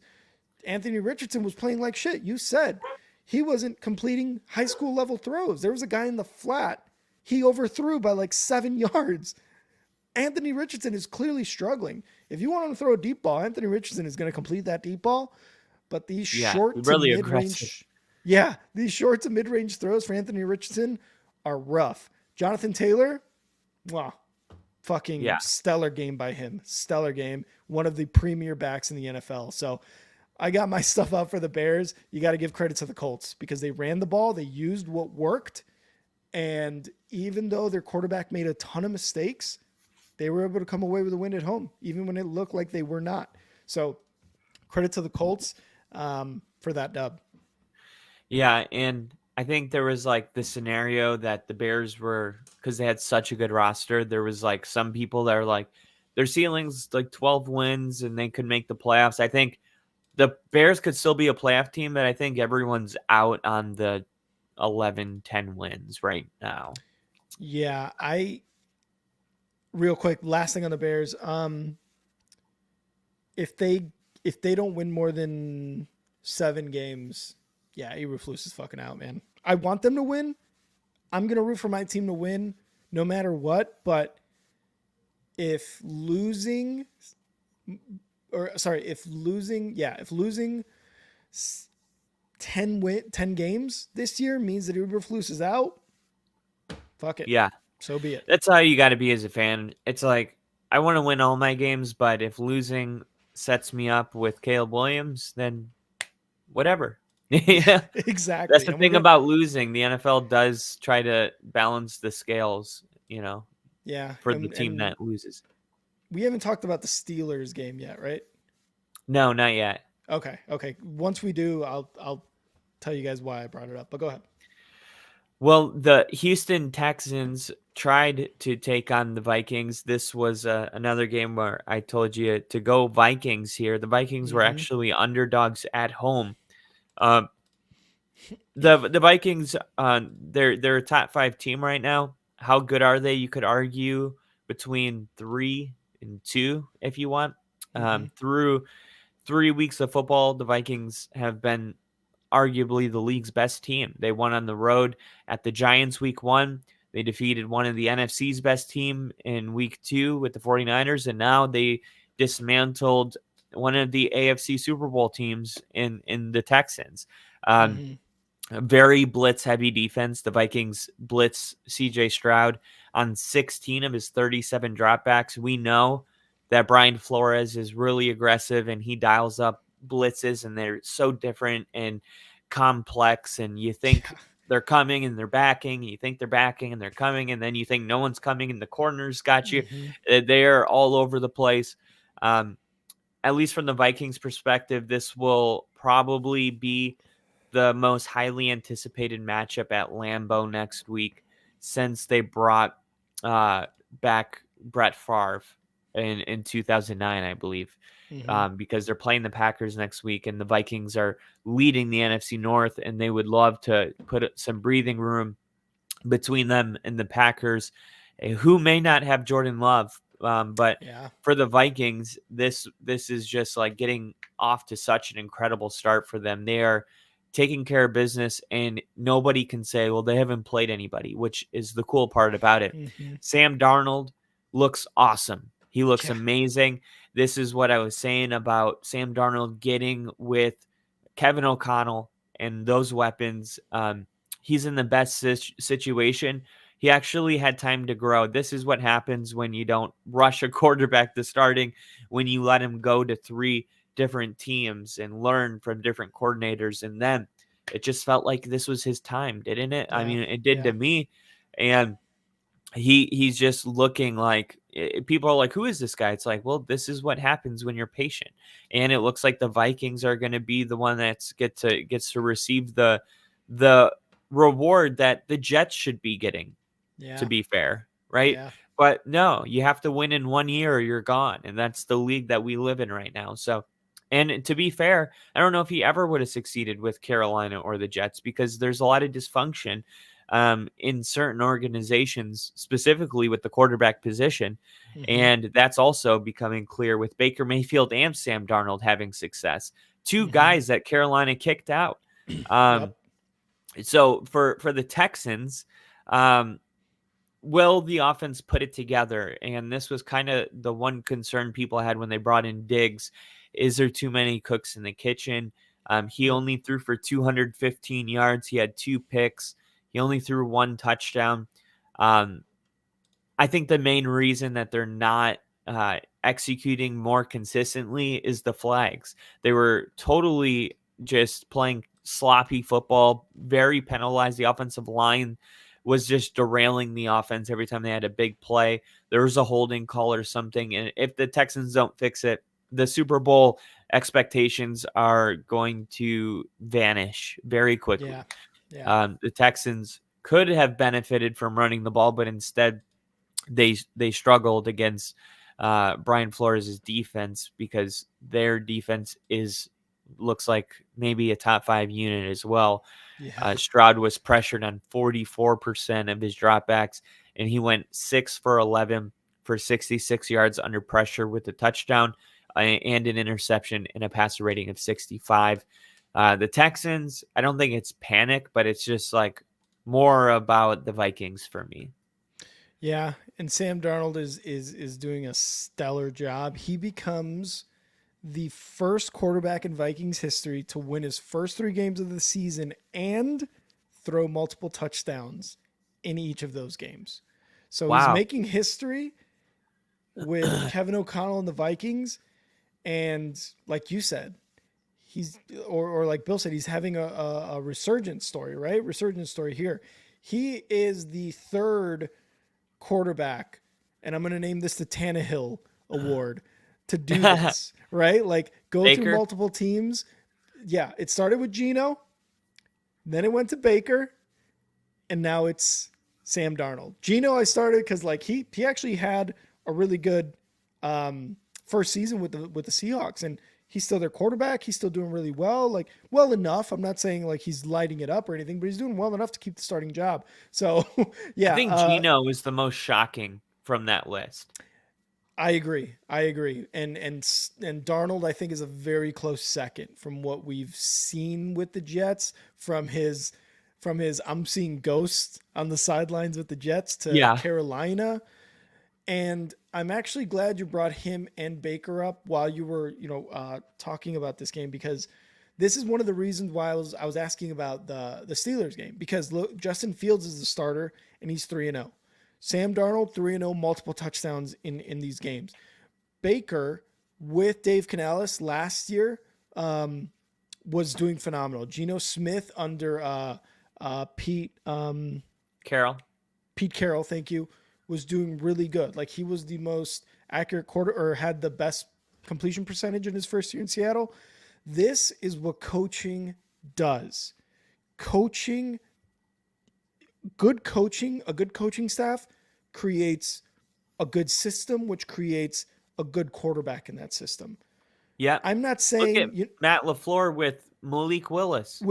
Another really good example of this is like the coaching matters. The coaching matters quite a bit. And Kyle and I have gone back and forth with this, because on our first season of Only Football, we're like, the quarterback makes these receivers really good.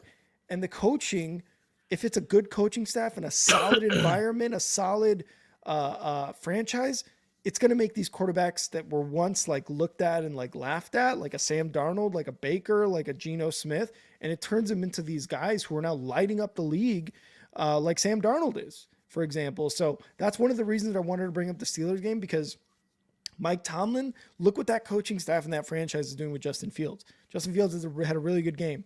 But over here with Minnesota and Sam Darnold, man, they were forced into starting Sam Darnold, obviously because of J.J. McCarthy's injury. And to be honest, it's going to be a very tough decision at the end of this year to see, obviously if Sam Darnold keeps this up, because Kevin O'Connell and this staff is doing a really, really good job with him. And it's showing both on the offense and Brian Flores' defense. Brian Flores, not a good head coach, kind of a shitty person after what came out with Tua, but a damn good defensive coordinator, which is what I think Eberflus is. A shitty head coach, but a damn good defensive coordinator. So what they're doing on the offense and defensive side, and we haven't even mentioned Justin Jefferson. Justin Jefferson was like the star of this offense, and now it's become Sam Darnold. And Justin Jefferson as a wide receiver is just a fucking cherry on top. So it's scary, because I really love what the Vikings are doing, and I knew when they hired Kevin O'Connell, I was like, fuck, this is going to bite the Bears in the ass. And now I'm really fucking freaked out about what's going on in Minnesota. The Texans, oh man, what to say about the Texans, dude? It's quite the fall from grace last season. I did say the offense was going to take a step back, and it seems like that's what's happening. A lot of people called CJ Stroud having somewhat of a sophomore slump, and through 3 weeks, it is starting to show. CJ Stroud has gone up against some damn good defenses in his first 3 weeks of the season. We've got to take that into account. The Bears defense last week, really good. Really didn't let, I think they let up 3 points in the second half on that Sunday Night Football. Brian Flores' defense with the Vikings was confusing him all day from all reports, from everything I've read, from what I saw. He was having a tough time with those defenses. But let's be real, man. The hype around him for year 2 was big. It was big. And while a lot of people predicted a sophomore slump, I predicted a step back. I didn't say he was going to completely fall on his ass. He's still got plenty of time to recover. Yes, the Texans are 1-2, unfortunately, or sorry, 2-1. They did have that loss against the Vikings, which looked really bad. But again, the defenses the last 2 weeks have been pretty damn good that they're going up against. So they've got plenty of time. They're still above 500. Luckily, their division as well is kind of ass, especially with the Titans. But the Colts kind of up there too, and the Jags not looking good after what we saw last night. But I don't think this struggle is going to continue. I think eventually CJ Stroud in this offense is going to start firing on all cylinders. He's got all his wide receivers healthy. The defense should step it up though too, because it's not all on CJ Stroud in this offense. The defense has to step it up as well. Yeah, he had almost 1,000 yards through the first 3 weeks of the season last year. So insane, dude. he had 384 passing yards week 2, which is pretty remarkable. Yeah. We talked about coaching. Well, we're going to talk about Nick Sirianni. What's going on with Nick Sirianni's decision making? He went for it on 4th and short late in the second quarter and early in the third. The offense didn't convert either attempt.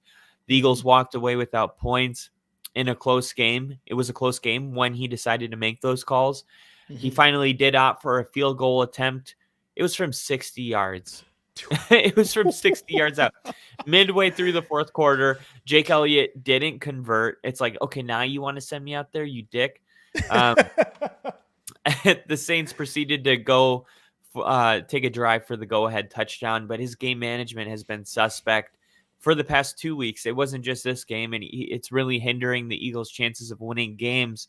And it's been for so long that the Eagles were just talented enough to kind of hide his deficiencies. And right now, it seems like he is kind of holding this team back. Saquon Barkley hit a max speed of 21.6 miles per hour on his 65-yard rushing touchdown. That's the third fastest max speed on a touchdown in Barkley's career, and his fastest since week 17 in 2019. So Barkley definitely not on the decline of his career. No. He was a force. I think we said it, 147 rushing yards, 2 touchdowns.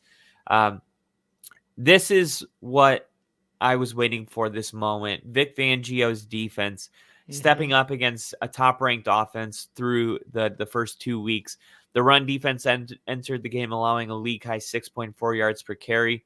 And for the most part of the game, they kept Alvin Kamara in check, who is really surprising, but had a great start to the season. Jalen Carter broke out after a couple of quiet weeks, and I felt like it was going to be around week 3, week 4, where Vic Fangio and this defense and the 2 rookies that are start to form that chemistry. And I think the Eagles defense is going to be good. I just think it's just now starting to get going. Now for the Saints, a lot of people had them really high up. I felt like the Eagles being an underdog in this game was one of the biggest overreactions as far as spreads go. I couldn't believe that was happening.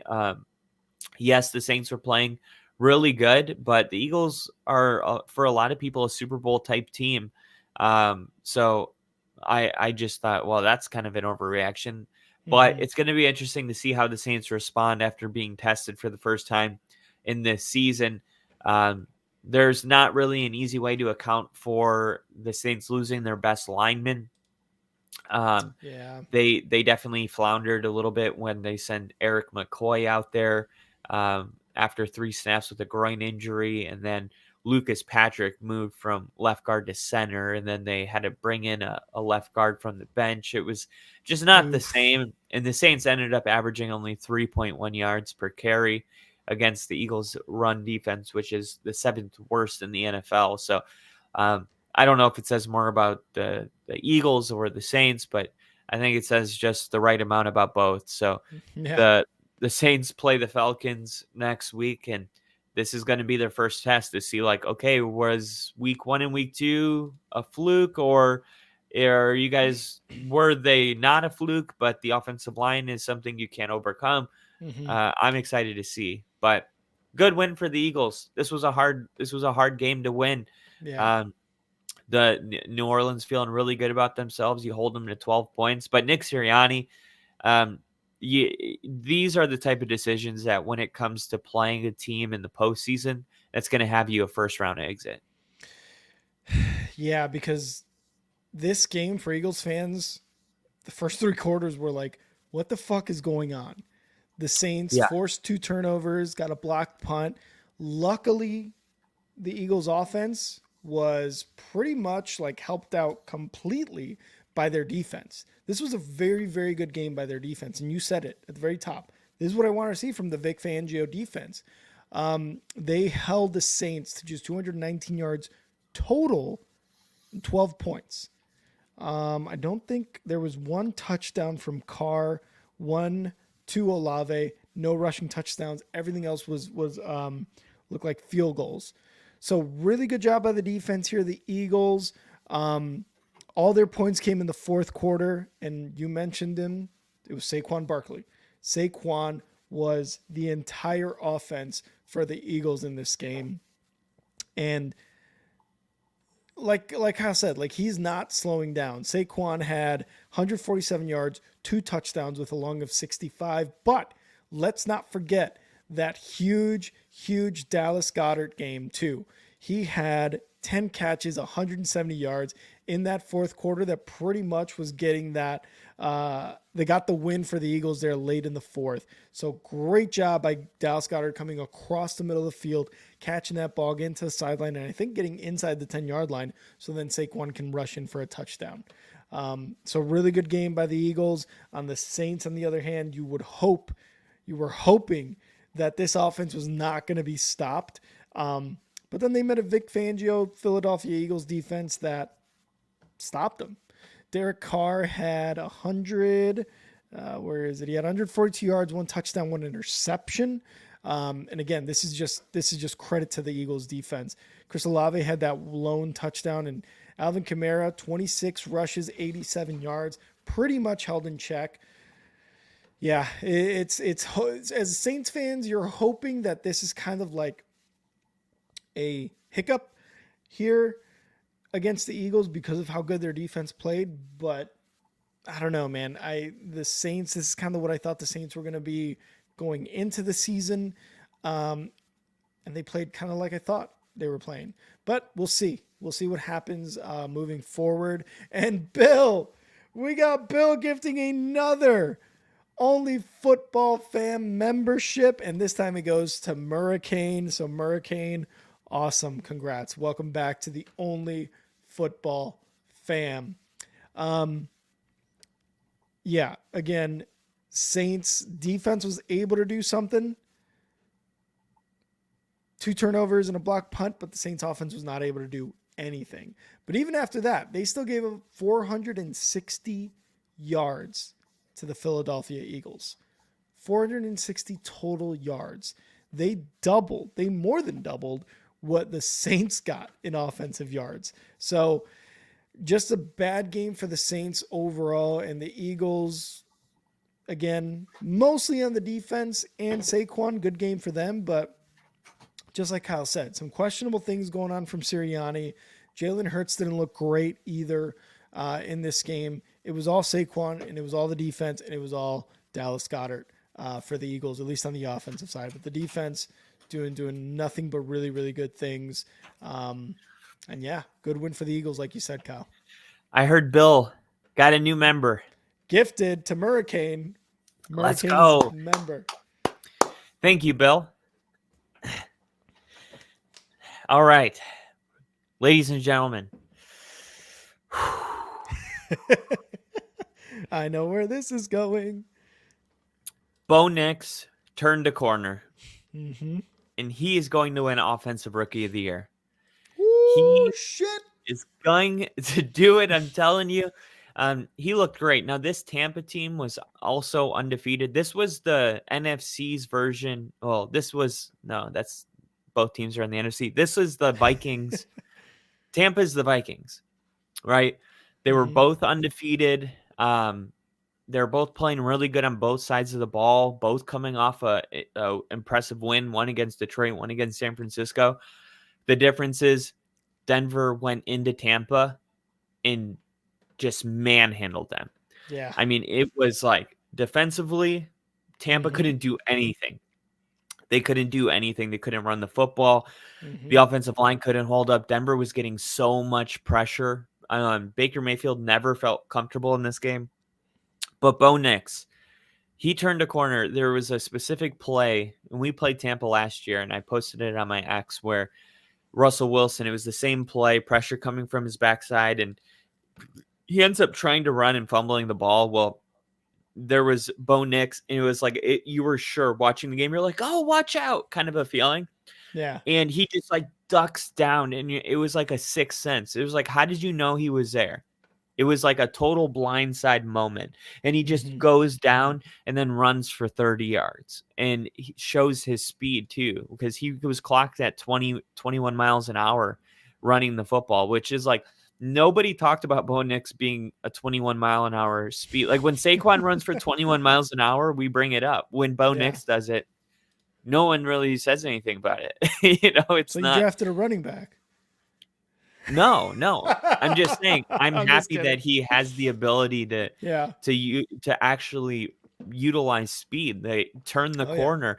Dude, when it's 3rd and 5 and there's nobody open and he's running and you're like you trust that he's got the speed to turn the corner, you're like we're going to get the first down. That's a good feeling. Yeah.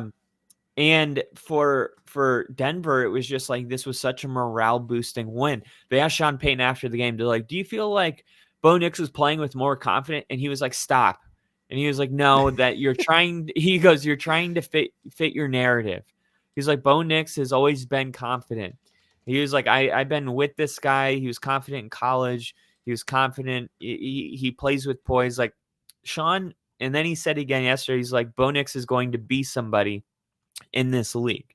Bo Nix is going to be a really good quarterback in this league." And he is saying it with such conviction. And for the first 2 weeks, we're like, okay, well, we trust you. But now it's like we don't need to feel that way anymore. We saw the game. And it was like, oh, okay. We just needed a little bit of this game for us to be like, okay, we're not totally crazy. So I feel like this is a game that Bo Nix can really build off of. They got the Jets next week. They're staying in a bunker in West Virginia. They're going paintballing. They're doing a lot of team bonding. They decided not to fly back to Denver. So I think this is a really just good opportunity for the team to get closer. Riley Moss, the other corner, he's looking like he's going to make the Pro Bowl. We could have 2 cornerbacks in the Pro Bowl this year.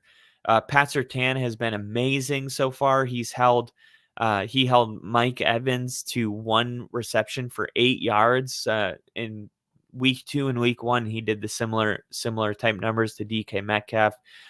He only had 29 yards. He's just been amazing. There's been a lot of people stepping up on the defensive line, bringing a lot of pressure.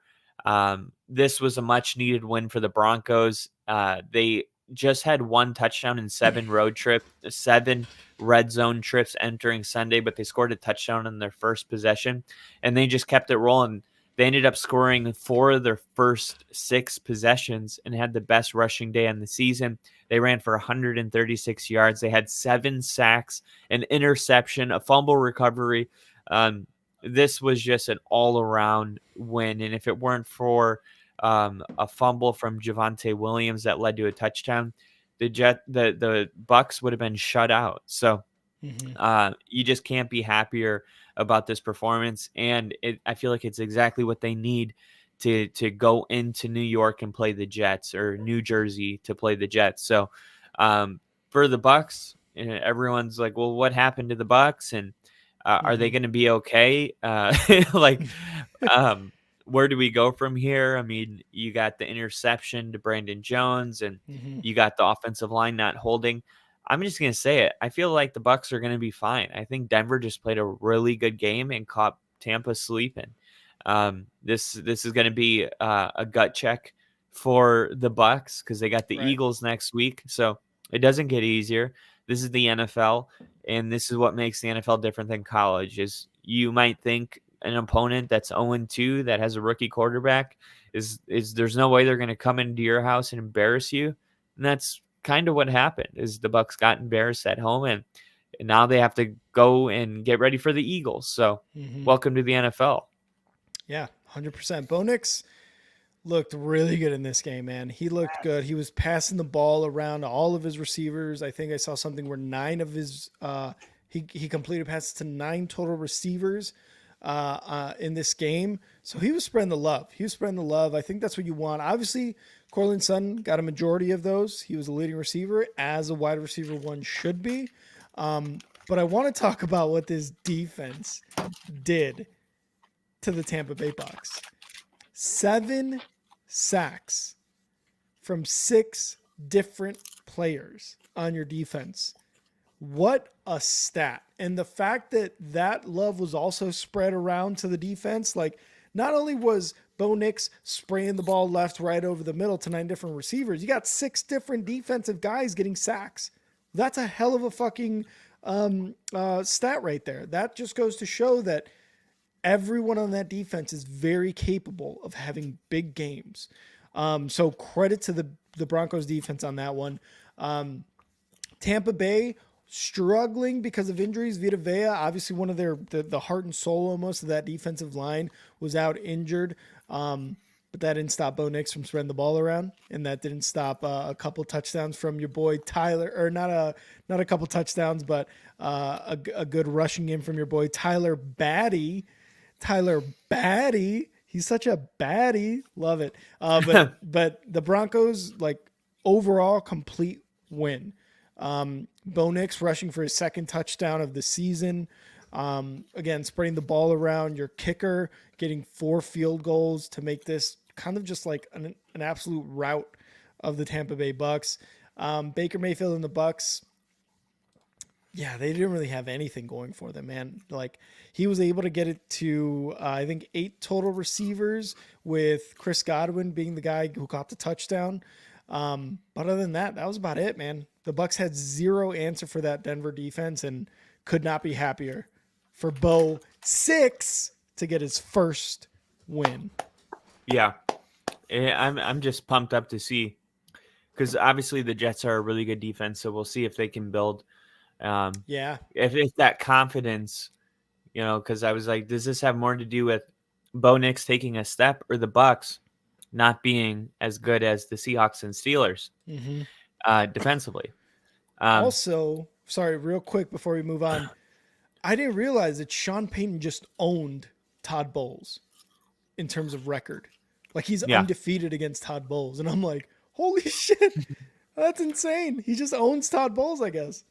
yeah, that was another thing that we were talking about during the game. We were like, maybe Sean just knows how to beat Todd Bowles. So And that's what it is, man. He knows how to dominate him, is what it is. he knows the defense that he runs. That's it. He knows how Yeah. to beat the defense he runs. Will he know how to beat the Jets defense next week? That's what we're Mm-hmm. excited to see, because the Steelers were a really tough defense, and the Steelers went into the Chargers Mm-hmm. 2-0. The Mm-hmm. Chargers were 2-0.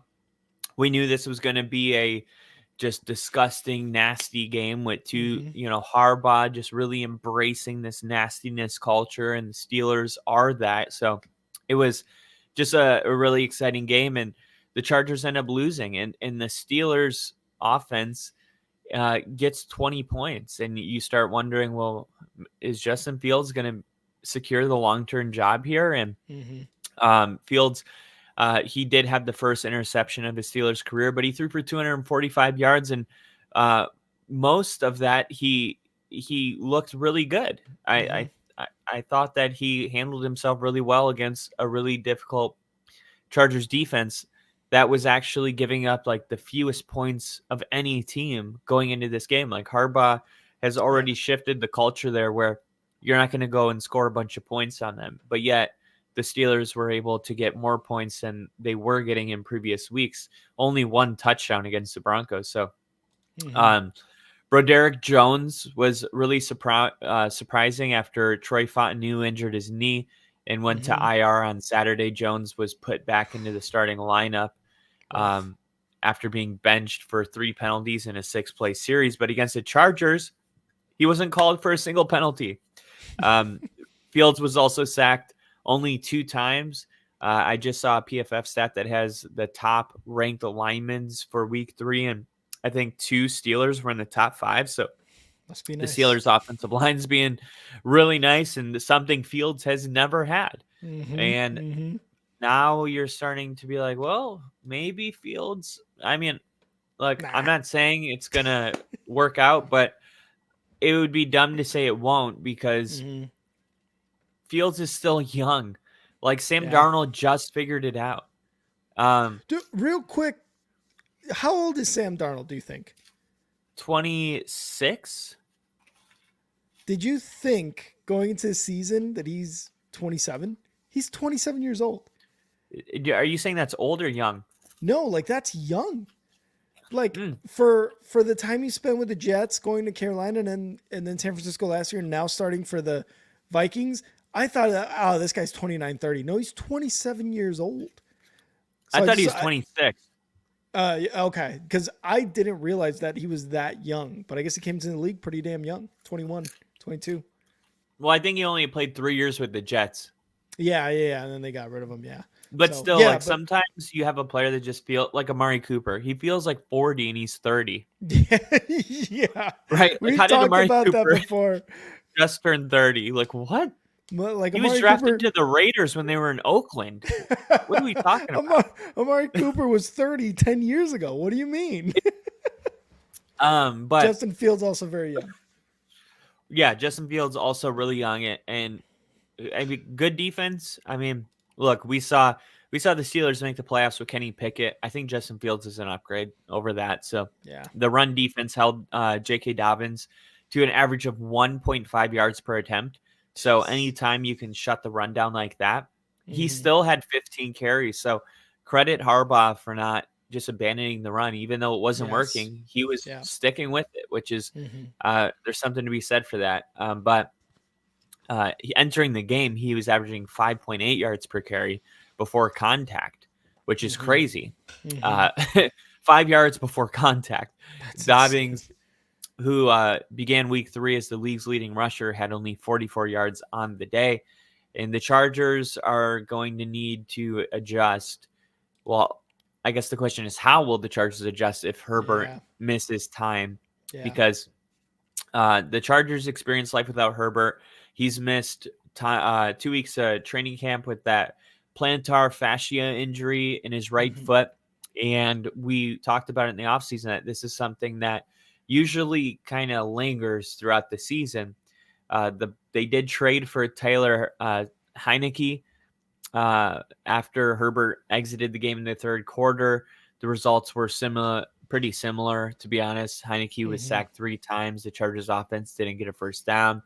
So they're going to be leaning more on J.K. Dobbins and Gus Edwards. But if Herbert's not out there, then teams Yeah. aren't going to respect the passing game at all. And at least with Herbert out there, they have to, Mm-hmm. you know.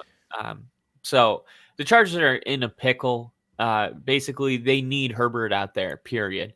Um, they're just in a rebuild year, and it's still a year where I think they could win 10 games and compete for first, but not without Justin Herbert. That's the kicker. They have to Yep. have Justin Herbert out there. So they play the Chargers next week. I thought that both teams would be undefeated going into this game. The Chargers just one game short of that prediction coming true. But if the Chargers win this game, all of a sudden they're tied for first in the division. Yeah, and that was what a lot of people expected coming into this season with the Chargers. Hey, it's Harbaugh and it's Greg Roman. They're going to run the ball a lot. They pretty much brought in the running back room from the Ravens for 2 years in a row. And you saw that the first 2 games. They were just running the ball, running the ball, running the ball. You said it yourself. They didn't really necessarily give up on the run here in this game with J.K. Dobbins. He still ran for 15 times. But you always had Justin Herbert to back it up if the running game wasn't working. He got a touchdown to Quentin Johnson, which, by the way, Quentin Johnson looking much better as a wide receiver under Harbaugh. It's probably because the run is being established a lot better. But now, like you said, if Justin Herbert isn't quarterback and he's not healthy, I don't know if I like this Chargers team anymore. It depends how long he's out. Then you really start to look at, like you're saying, it's a true rebuilding year. Because, yes, going into the season, we thought, oh, it's going to be Chiefs, Chargers. It's going to be those 2 teams, right? Like, it's Harbaugh and it's Andy Reid. But without Herbert, it's just tough to even look at that and be, oh yeah, no, they could still win 10 games. It all depends on how long Herbert's out.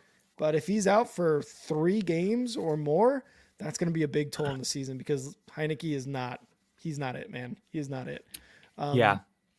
As far as the Steelers, again, Justin Fields looks good. 3-0 as starters with the Steelers. He had 1 interception, but he threw for a touchdown. A really beautiful pass over the middle to what's his name? Calvin Austin the third for the touchdown, and Fields ran for 1 as well. He's looking really good. The defense for the Steelers is looking just damn good too. And I had a thing here. The Steel Curtain is back. The Steelers have given up 10 points or less in each of their first 3 games, making them just the 5th team since 2000 to pull that feat off. They joined the Steelers joined the 2009 Ravens. Broncos. Yep. The 2005 Colts, 2004 Seahawks, and 2001 Packers to do that. No Ravens. Surprisingly, no Ravens. I thought the Ravens did it in 2000, but I remember the Broncos doing that. I remember they were winning in such weird ways that year. That was the year that they won in a Hail Mary and it bounced up in the air and Brandon Stokely caught it. Yeah. And they ended up winning, like the final score was like 10-7. Oh, really? Yeah, they kept winning like games like that. It was like 6-9. And then they were 5-0 at one point, and it was just that defense. Jesus. So I was like, wow. Yeah. So and they're only the 5th team to do that. So credit to them. But we can't take away from Justin Fields. Like, I'm not going to be that person to do that. Like, oh, it's the defense that's winning them the games. To an extent, yes, it's the defense. You still got to score points. You got to score more than the other team, and that's what Justin Fields is doing too. So this offense, while not necessarily a high-powered offense or scoring a lot of points, really, they're coming out with wins. And we got to credit the defense. We've also got to credit the kicker, the offense in this case, for just scoring more points. And that's just how it goes. So good on them. And again, another reason as to why Justin Fields is having a much better 4th year, just a much better year compared to all his years with the Bears because of the coaching staff, because of the franchise. It's just a much better system. And they're reaping the rewards of that from Justin Fields. Yeah. Well, who says the Packers can't trust Malik Willis to throw the ball? Last week, Matt LaFleur limited Willis to 5 first-half pass attempts and 14 overall for the game, and it seemed like he was going to just use him to run the football a lot. Mm-hmm. The opening drive forced the Titans to respect the passing game after Willis threw a 30-yard completion to Jaden Reed. Then he threw another 30-yard completion to Christian Watson, and he already topped last week's passing yards in the first half with 158, going 9 for 11, which is more than he had in any game in his career. Jordan Love is on track to return against the Vikings, it appears, but Willis has shown that he can handle one more game if he's not. The defense delivers. The Packers have been getting 3 takeaways per game. Jair Alexander set the tone with his first quarter pick 6 that allowed Willis to play from ahead the whole game. They got 7 interceptions this season, including 3 from Xavier McKinney. Shout out, Bill. The Packers matched their season interception total from all of last season in 3 football games. And then you throw in 8 sacks, and the Packers are the second most, 8 sacks, second most in a game since 2005. The defense did its part. The Packers' defense is what is the most surprising. I knew that they were good, but right now they're playing elite, not just good. They're playing elite, and their offense is even able to just kind of flourish under LaFlourish. I should call him LaFlourish because it doesn't matter. It doesn't matter who's at quarterback. Oh God, I hate the Packers so much. But for the Titans, we know the story. They're not winning football games. The Titans can't overcome turnovers, the lack of offense, the loss against the Packers was just more of the same that we've been seeing through the first 2 games of the season. And the Titans are going to need to correct this, or they're going to get embarrassed next week against. Well, maybe they won't. They're playing the Dolphins, so we'll see what the Dolphins do at quarterback. But true. I hate the Packers so much. This was one of the things that I was like looking forward to, and again, Malik Willis is doing a really good job, but just from past performances, I was like, there's no way the Packers win their next couple games. And then I realized, I was like, oh wait, their head coach is LaFleur. Oh yeah, he can get Malik Willis. He can get fucking Joshua Dobbs, probably the Pastronaut. He could probably get him to win and go undefeated in a full season if he had a full offseason with these guys at quarterback. Matt LaFleur could do this. There's like a handful of guys that can do this, and one of them is Matt LaFleur. It's stunning what he's done, and it's very impressive. Honestly, with what he's done with Malik Willis, he's got to be an early candidate for Coach of the Year right now with what he's been doing. I This agree. is similar, and this is similar to what like Kevin Stefanski did with Joe Flacco the latter half of last season and getting them into the playoffs with an old ass quarterback. You know, like actually like making them look like a very, very good contending team for the playoffs. Obviously, then they met the Texans and then that happened. But LaFleur is doing a very good job with Malik Willis. And Malik Willis did say, he's like, you know what? When asked about, beating the Titans, like, is this a revenge game for you? He's like, no, man, I don't think about it that way. They gave me an opportunity to get into the NFL. And that was a very great way to go about that question. Very mature. Yeah, 100%.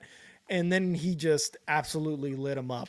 And I'm going to give you a stat here, Kyle, because people are asking if Malik Willis is a better quarterback than Jordan Love. And here's what it is. Malik Willis pulled off something that Jordan Love has never accomplished. So did Tommy DeVito. He threw for at least 200 yards with at least 50 rushing yards, along with a rushing touchdown and passing touchdown before Sunday. The last time a Packers quarterback did that was Aaron Rodgers in 2010. People are talking, Kyle. People are talking if Malik Willis is the quarterback. What happened to the Packers in 2010? I don't remember. I blacked out that year. They won the Super Bowl. I don't remember that. No, that never happened. Everything prior to us starting this podcast has never happened. So that's my story, and I'm sticking to it. You notice how they said no quarterback has ever ran for 50 yards and thrown for 200? You notice 200 is not that much. The real kicker here is no one has ran for 50 yards at quarterback. Why? Because Green Bay has had quarterbacks that throw the football at quarterback. Mm-hmm. That's all. So people are talking. E-Dub, see you, man. Thanks for stopping by. And I just want to highlight this comment by E-Dub real quick before we move on. Rick, your pulse of a Chicago fan is remarkable and authentic. It's called pain. That's what it is, E-Dub. But thank you so much. I appreciate that comment. No, Malik Willis and Matt LaFleur did a very good job. What's the defensive coordinator's name that we always forget that just got hired from the Packers? From Boston College. Haley, right? Matt Haley or something like that. Um, Matt, what's his first name? Um, Give me his I first name. forget. Packers, DC. Jeff Hafley. Jeff Hafley, yeah. Jeff Hafley. Doing a really good job with this defense. Like you said, like they are elite level. They're getting to elite level status right now with this defense. Pick 6 from Levis. Oh God, I don't even know what to say about Will Levis because we went into this year and we're like the Titans. They've got some names, they've got some players. Will Levis looked tough, and they've just not been able to put anything together. And sooner or later, head coach for the Titans is going to have to pull the plug on the Will Levis experiment because 3 weeks in a row, he has just made game-changing mistakes, game-losing mistakes, it seems like. And I thought after week 2, after the coach was pretty much very, very like open and honest about the mistakes that his quarterback has made, I thought Will Levis was going to kind of take that and like run away with it and like not necessarily become this amazing quarterback and go undefeated, but like not make mistakes. And he keeps doing that. It was 2 interceptions this time. They couldn't get the run game going. Tony Pollard led them in rush yards with 14, followed by Will Levis at 12. So they couldn't get anything going against this defense. And it really is a testament to what Jeff Hafley is doing with this defense on the Packers side, because that was one of the biggest weaknesses. We talked about it last season of the Packers. And then they bring in somebody else. And now it is a strength. After Kyle just chugged that chocolate milk. He just chugs chocolate milk. Love to see it. Everyone chugs chocolate milk. If you don't chug your chocolate milk, you're a psychopath. It's a psychopath. It was one of those meal replacement things because I don't have time to eat with this podcast. Yeah, I feel you. Brian Callahan and the Titans, they've got a ton of names, a ton of talent. They're 0-3. I can't see them winning more than 6 games this year. And even I think that's a stretch too. The Titans don't lose another game for the rest of this season. You heard it here first. Kyle has been on a roll. The Titans are going 14-3 from here on out. First seed in the AFC. All right. God. Here's a team that could go 14-3. The Jets. The Jets were coming off a really, really good win and playing New England. Is Aaron Rodgers all the way back? Certainly looks like it. He came off his Achilles injury. Yeah. I don't notice it. There's nothing about Aaron Rodgers to me that looks like he is being limited in any way, shape, or form. He was 27 for 35. His mobility was outstanding. He escaped pressure a lot. He made off platform throws. He was like a point guard distributing the ball quickly, effectively. He was locked in. The best way to really sum up Aaron Rodgers' night was like he was dialed in. It was like Steph Curry when he can't miss. Splash. The pass rush was it was supposed to fade away without Jermaine Johnson. He had a season-ending Achilles injury, and Hassan Reddick was having his holdout. But the Jets still registered 7 sacks. They now have 14 sacks in the season. The last time they had 14 through 3 games was 1966. And Will McDonald, the guy with the earrings and big personality, he's had 4.5. He's emerged in his second season, reducing the pressure on the Jets to reach a resolution with Hassan Reddick. So he might not be a big fan of the success that he's having, but he demanded a trade in August. So we'll see what goes on with that. But according to Next Gen Stats, Rodgers traveled, moved around the field 714 yards on Thursday. Ooh. He combined to travel 730 yards in his first 2 games. The offense faced little to no resistance from the Patriots defense. Rodgers traveled 714 yards. Is that like his? What is like just running like sideline to sideline and stuff? I guess so. Yeah. That's pretty crazy to think about. That is fucking insane, dude. All that for 18 yards rushing. Gerard Mayo, though, I think he should consider a quarterback change. I thought that that he took advantage of a good opportunity to see what Drake May would look like with Mhm. the game being over. So he threw him in, and May was 4 for 8, 22 yards, sacked twice, but he still got them all the way down to the goal line and even got a touchdown. Yeah, I thought, or I don't think he got No, a he didn't get touchdown, it. but he got to the Jets 7. Yeah, But he almost got a touchdown, and he did. it felt like he was going to. So I Mhm. don't know. I mean, Jacoby Brissett, he was sacked 5 times and hit 15 times in the game, so it's hard to really judge him. But if they were going to put May in the game, I feel like it would have been if this game happened on Sunday, maybe they do it on Sunday, but it happening on Thursday, it already feels like 2 weeks ago. You know what I mean? Yeah, yeah. So, I yeah, okay. I I was was gonna. just going to, oh, sorry. Sorry. Go ahead. Go ahead. Finish it up. Finish it up. The Jets pressured the Patriots on 17 of the 35 dropbacks, so 49% of the Patriots dropbacks they were pressured, the highest pressure percentage in a game this season so far, with Brian Flores being a close second, I believe. So the Jets are being really aggressive defensively. Aaron Rodgers is locked in. This is the last thing I wanted to say. When you have the defense that they had, remember the Jets were an 8 win team last year with Zach Mhm. Wilson. Mhm. Their offense was abysmal.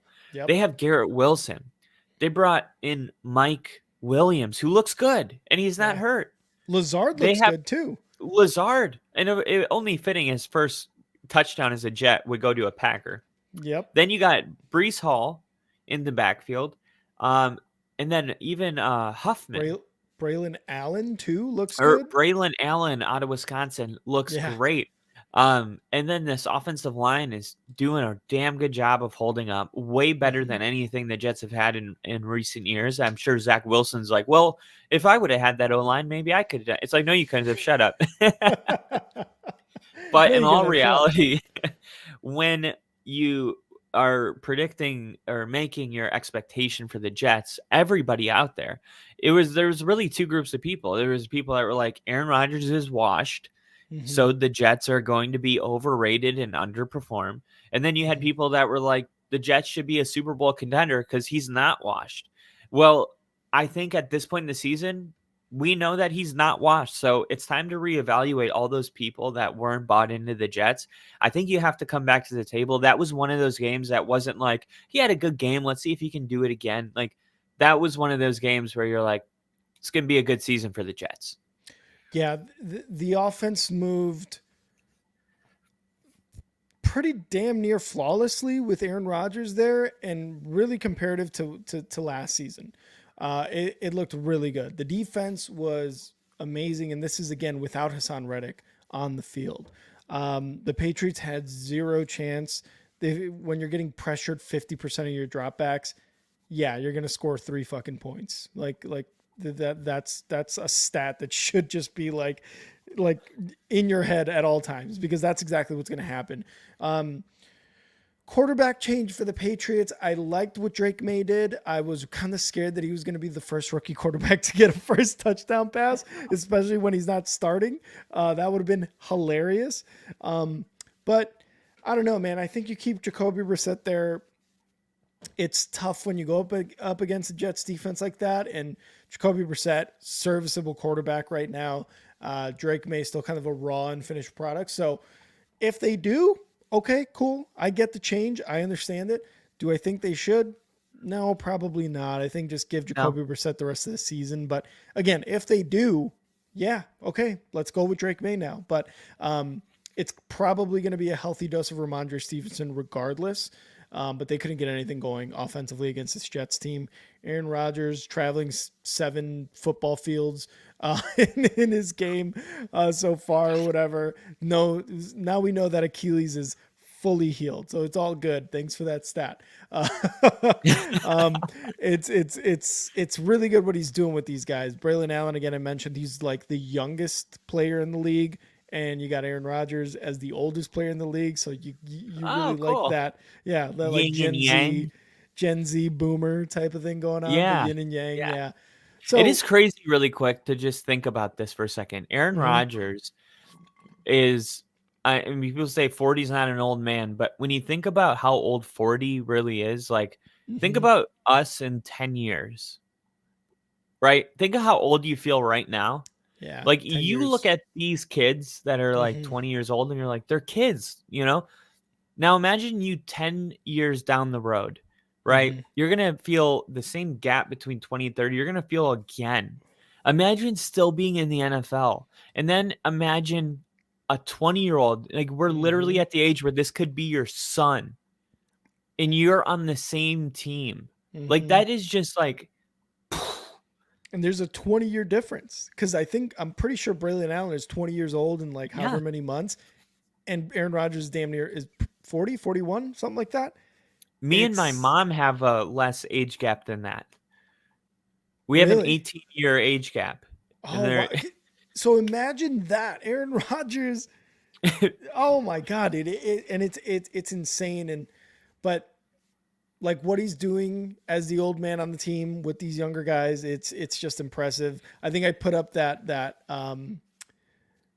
question on our YouTube page about is Salah no longer on the hot seat, and I think a lot of people said fuck no. yes. Yeah, but No, it's not looking this better. year. It's What looking well better. what's the hot seat? I mean, here's the truth. The His the last Jets two are years. yeah, this is That's what it what this is was. yeah, this is the reality and people can like it, they cannot, but this is the truth no matter what. Okay? The Jets are in a 2-year plan. Nathaniel Hackett is going to be the offensive coordinator. Saleh is Hmm. going to be the head coach, and Aaron Rodgers is going to be the quarterback, and that won't change for 2 years no matter what. Thanks, Period. Bill. Yeah. Because guess what? Do you think Aaron Rodgers has a better chance of winning a Super Bowl? He's got 2 years to do it. If you remove the head coach in the middle of the season, absolutely not. No. Yeah. And if the Jets even look remotely like that, like the moment that game happened, it was like, not only is he not in the hot seat, his seat's not even warm. There's Hmm. nothing about his seat that's hot. Whether he Hmm. deserves it or not, he has the one of the best, if not the best, fucking rosters in the NFL. So he Hmm. gets to do the Sirianni treatment and just sit back and watch his team compete for a Super Bowl. Yeah, 100%. I could not agree with you more. The Jets have a very small window with Aaron Rodgers at quarterback. Like you said, maybe the next 2 years. They're like, that's Right. it. So That's it. they want to keep everything as kind of, the wheels turning as Right. much as on schedule as possible. So I If could it not was a agree more. rookie, if it was a rookie quarterback, it's like, hey, we got long-term future to plan. Like, hey, if Caleb Williams isn't working out, like, do you really want Eberflus to To be that be guy. like Caleb's guy for the next 15 years? Like, if Yeah. Caleb's going to be your quarterback for the next 20 years, what's 1 year, right? We got to Yeah. think about the Hopefully. long-term future. But when you Hopefully. Yeah. got a guy for 2 years, it's the opposite. Yeah. 100%. But yeah, that's the end of our games. I mean, we had Yeah. the doubleheader yesterday. We talked about Hmm. the games. We talked about those two. So Hmm. I don't believe I'm missing any. Am I? No, no, no. I was going through it too with you, and we got all the games: Giants, Phillies, Philadelphia, Miami, Baltimore, Detroit, San Fran, uh, KC. No, we talked about that because we streamed it. Never mind. We also talked about Yeah. Kansas City and Atlanta. So yeah, that's all of them. That is all of them. And I know I said at the beginning in the intro we were going to do contenders, pretenders, but it is getting a little bit late, especially for Kyle. He's got to get up in the morning. It's like 10:30 right now for him. So we are going to end off with a motherfucking, with a Where's the motherfucking, motherfucking with a the motherfucking, motherfucking the the motherfucking the motherfucking motherfucking the motherfucking chive.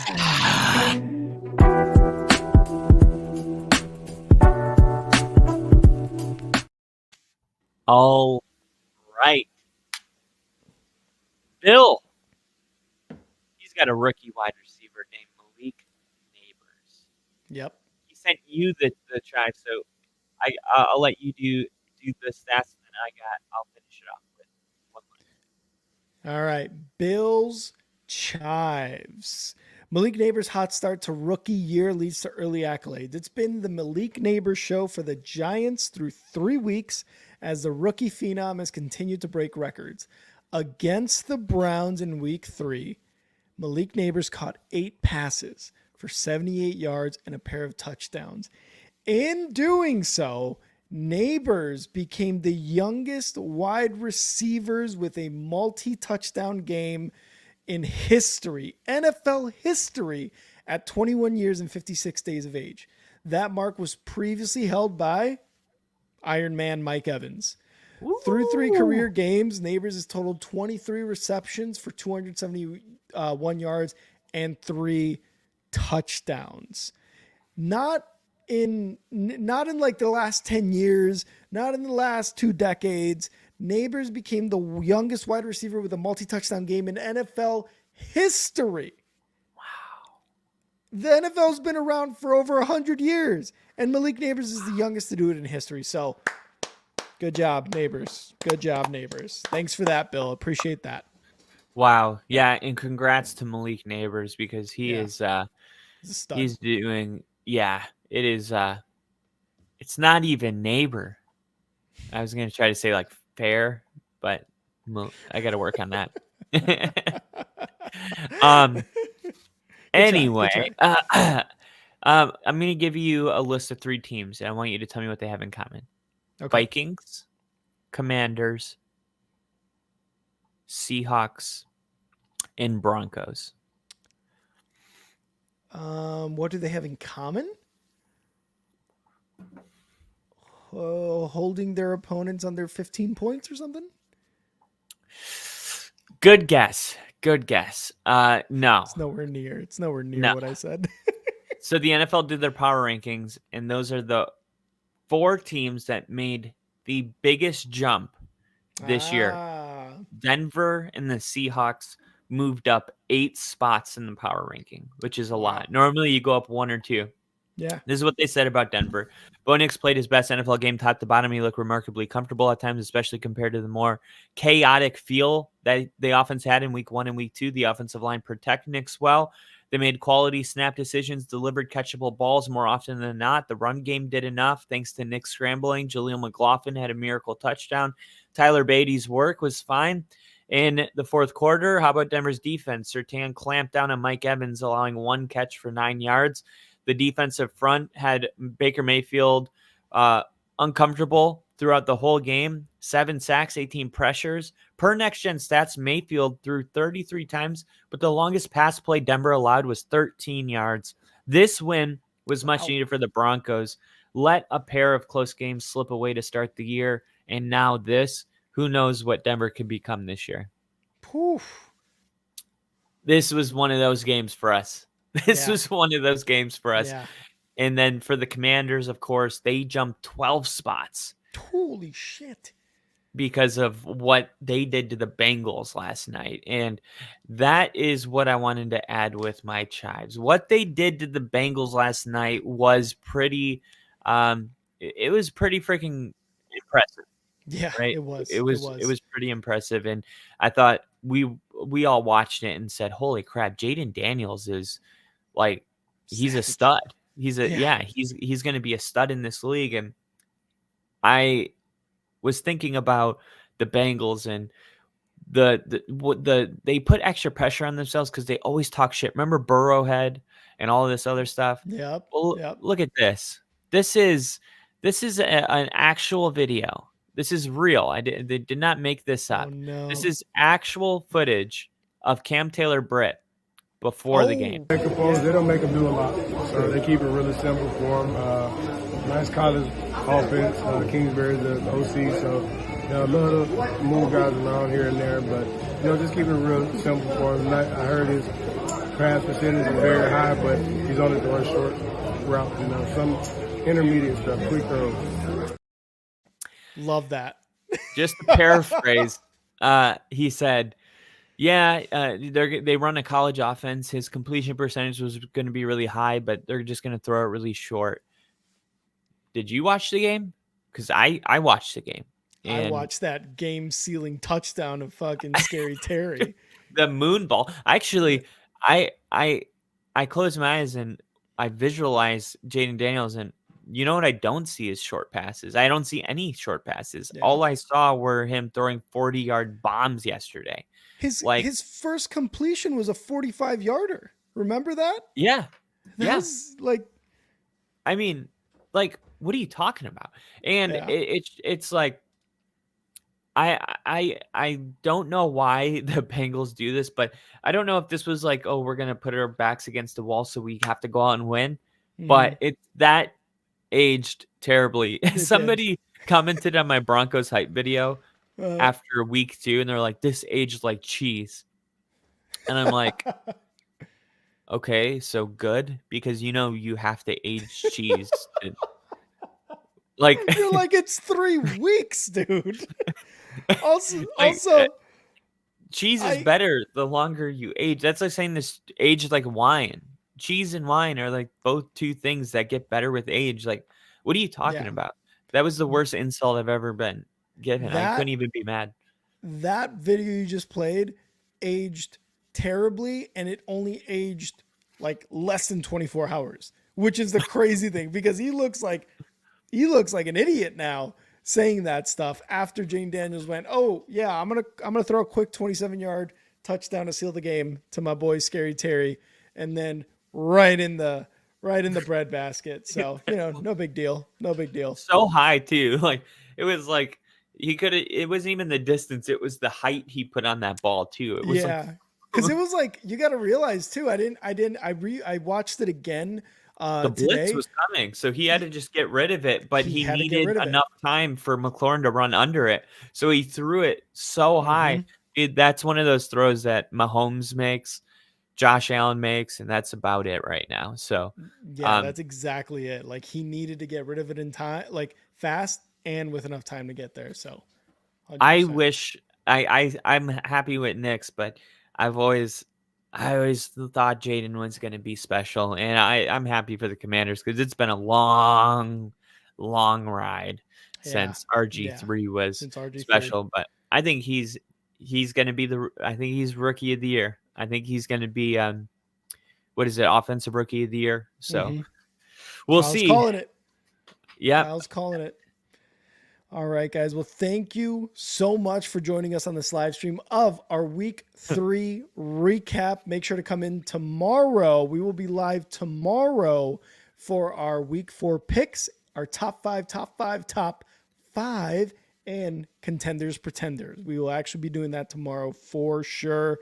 And Bill, I did not pick the wrong quarterback. I didn't. Stop saying it. You don't say that. You don't say that. you don't say that. So thank you guys so much for joining. If you haven't already, please hit that like button on YouTube, on Twitch, on X. Hit that heart and hit that subscribe button. Hit that follow button. We would appreciate any and all follows. We've gotten 3 over the last week. We're getting support from all our members, from the Only Football fam, from super chats. We're just really appreciating all the support you guys are giving us. We are hopefully on the way. What'd you say? I'm talking missionary. Missionary. The one where I'm on when top. I'm on top and she's on bottom. Missionary. So we're getting support, all types of support from everybody, and we appreciate it so much. And our main supporter, Bill, here, always giving us shit about our team, but always with the memberships and with the super chats. So we appreciate you guys doing that.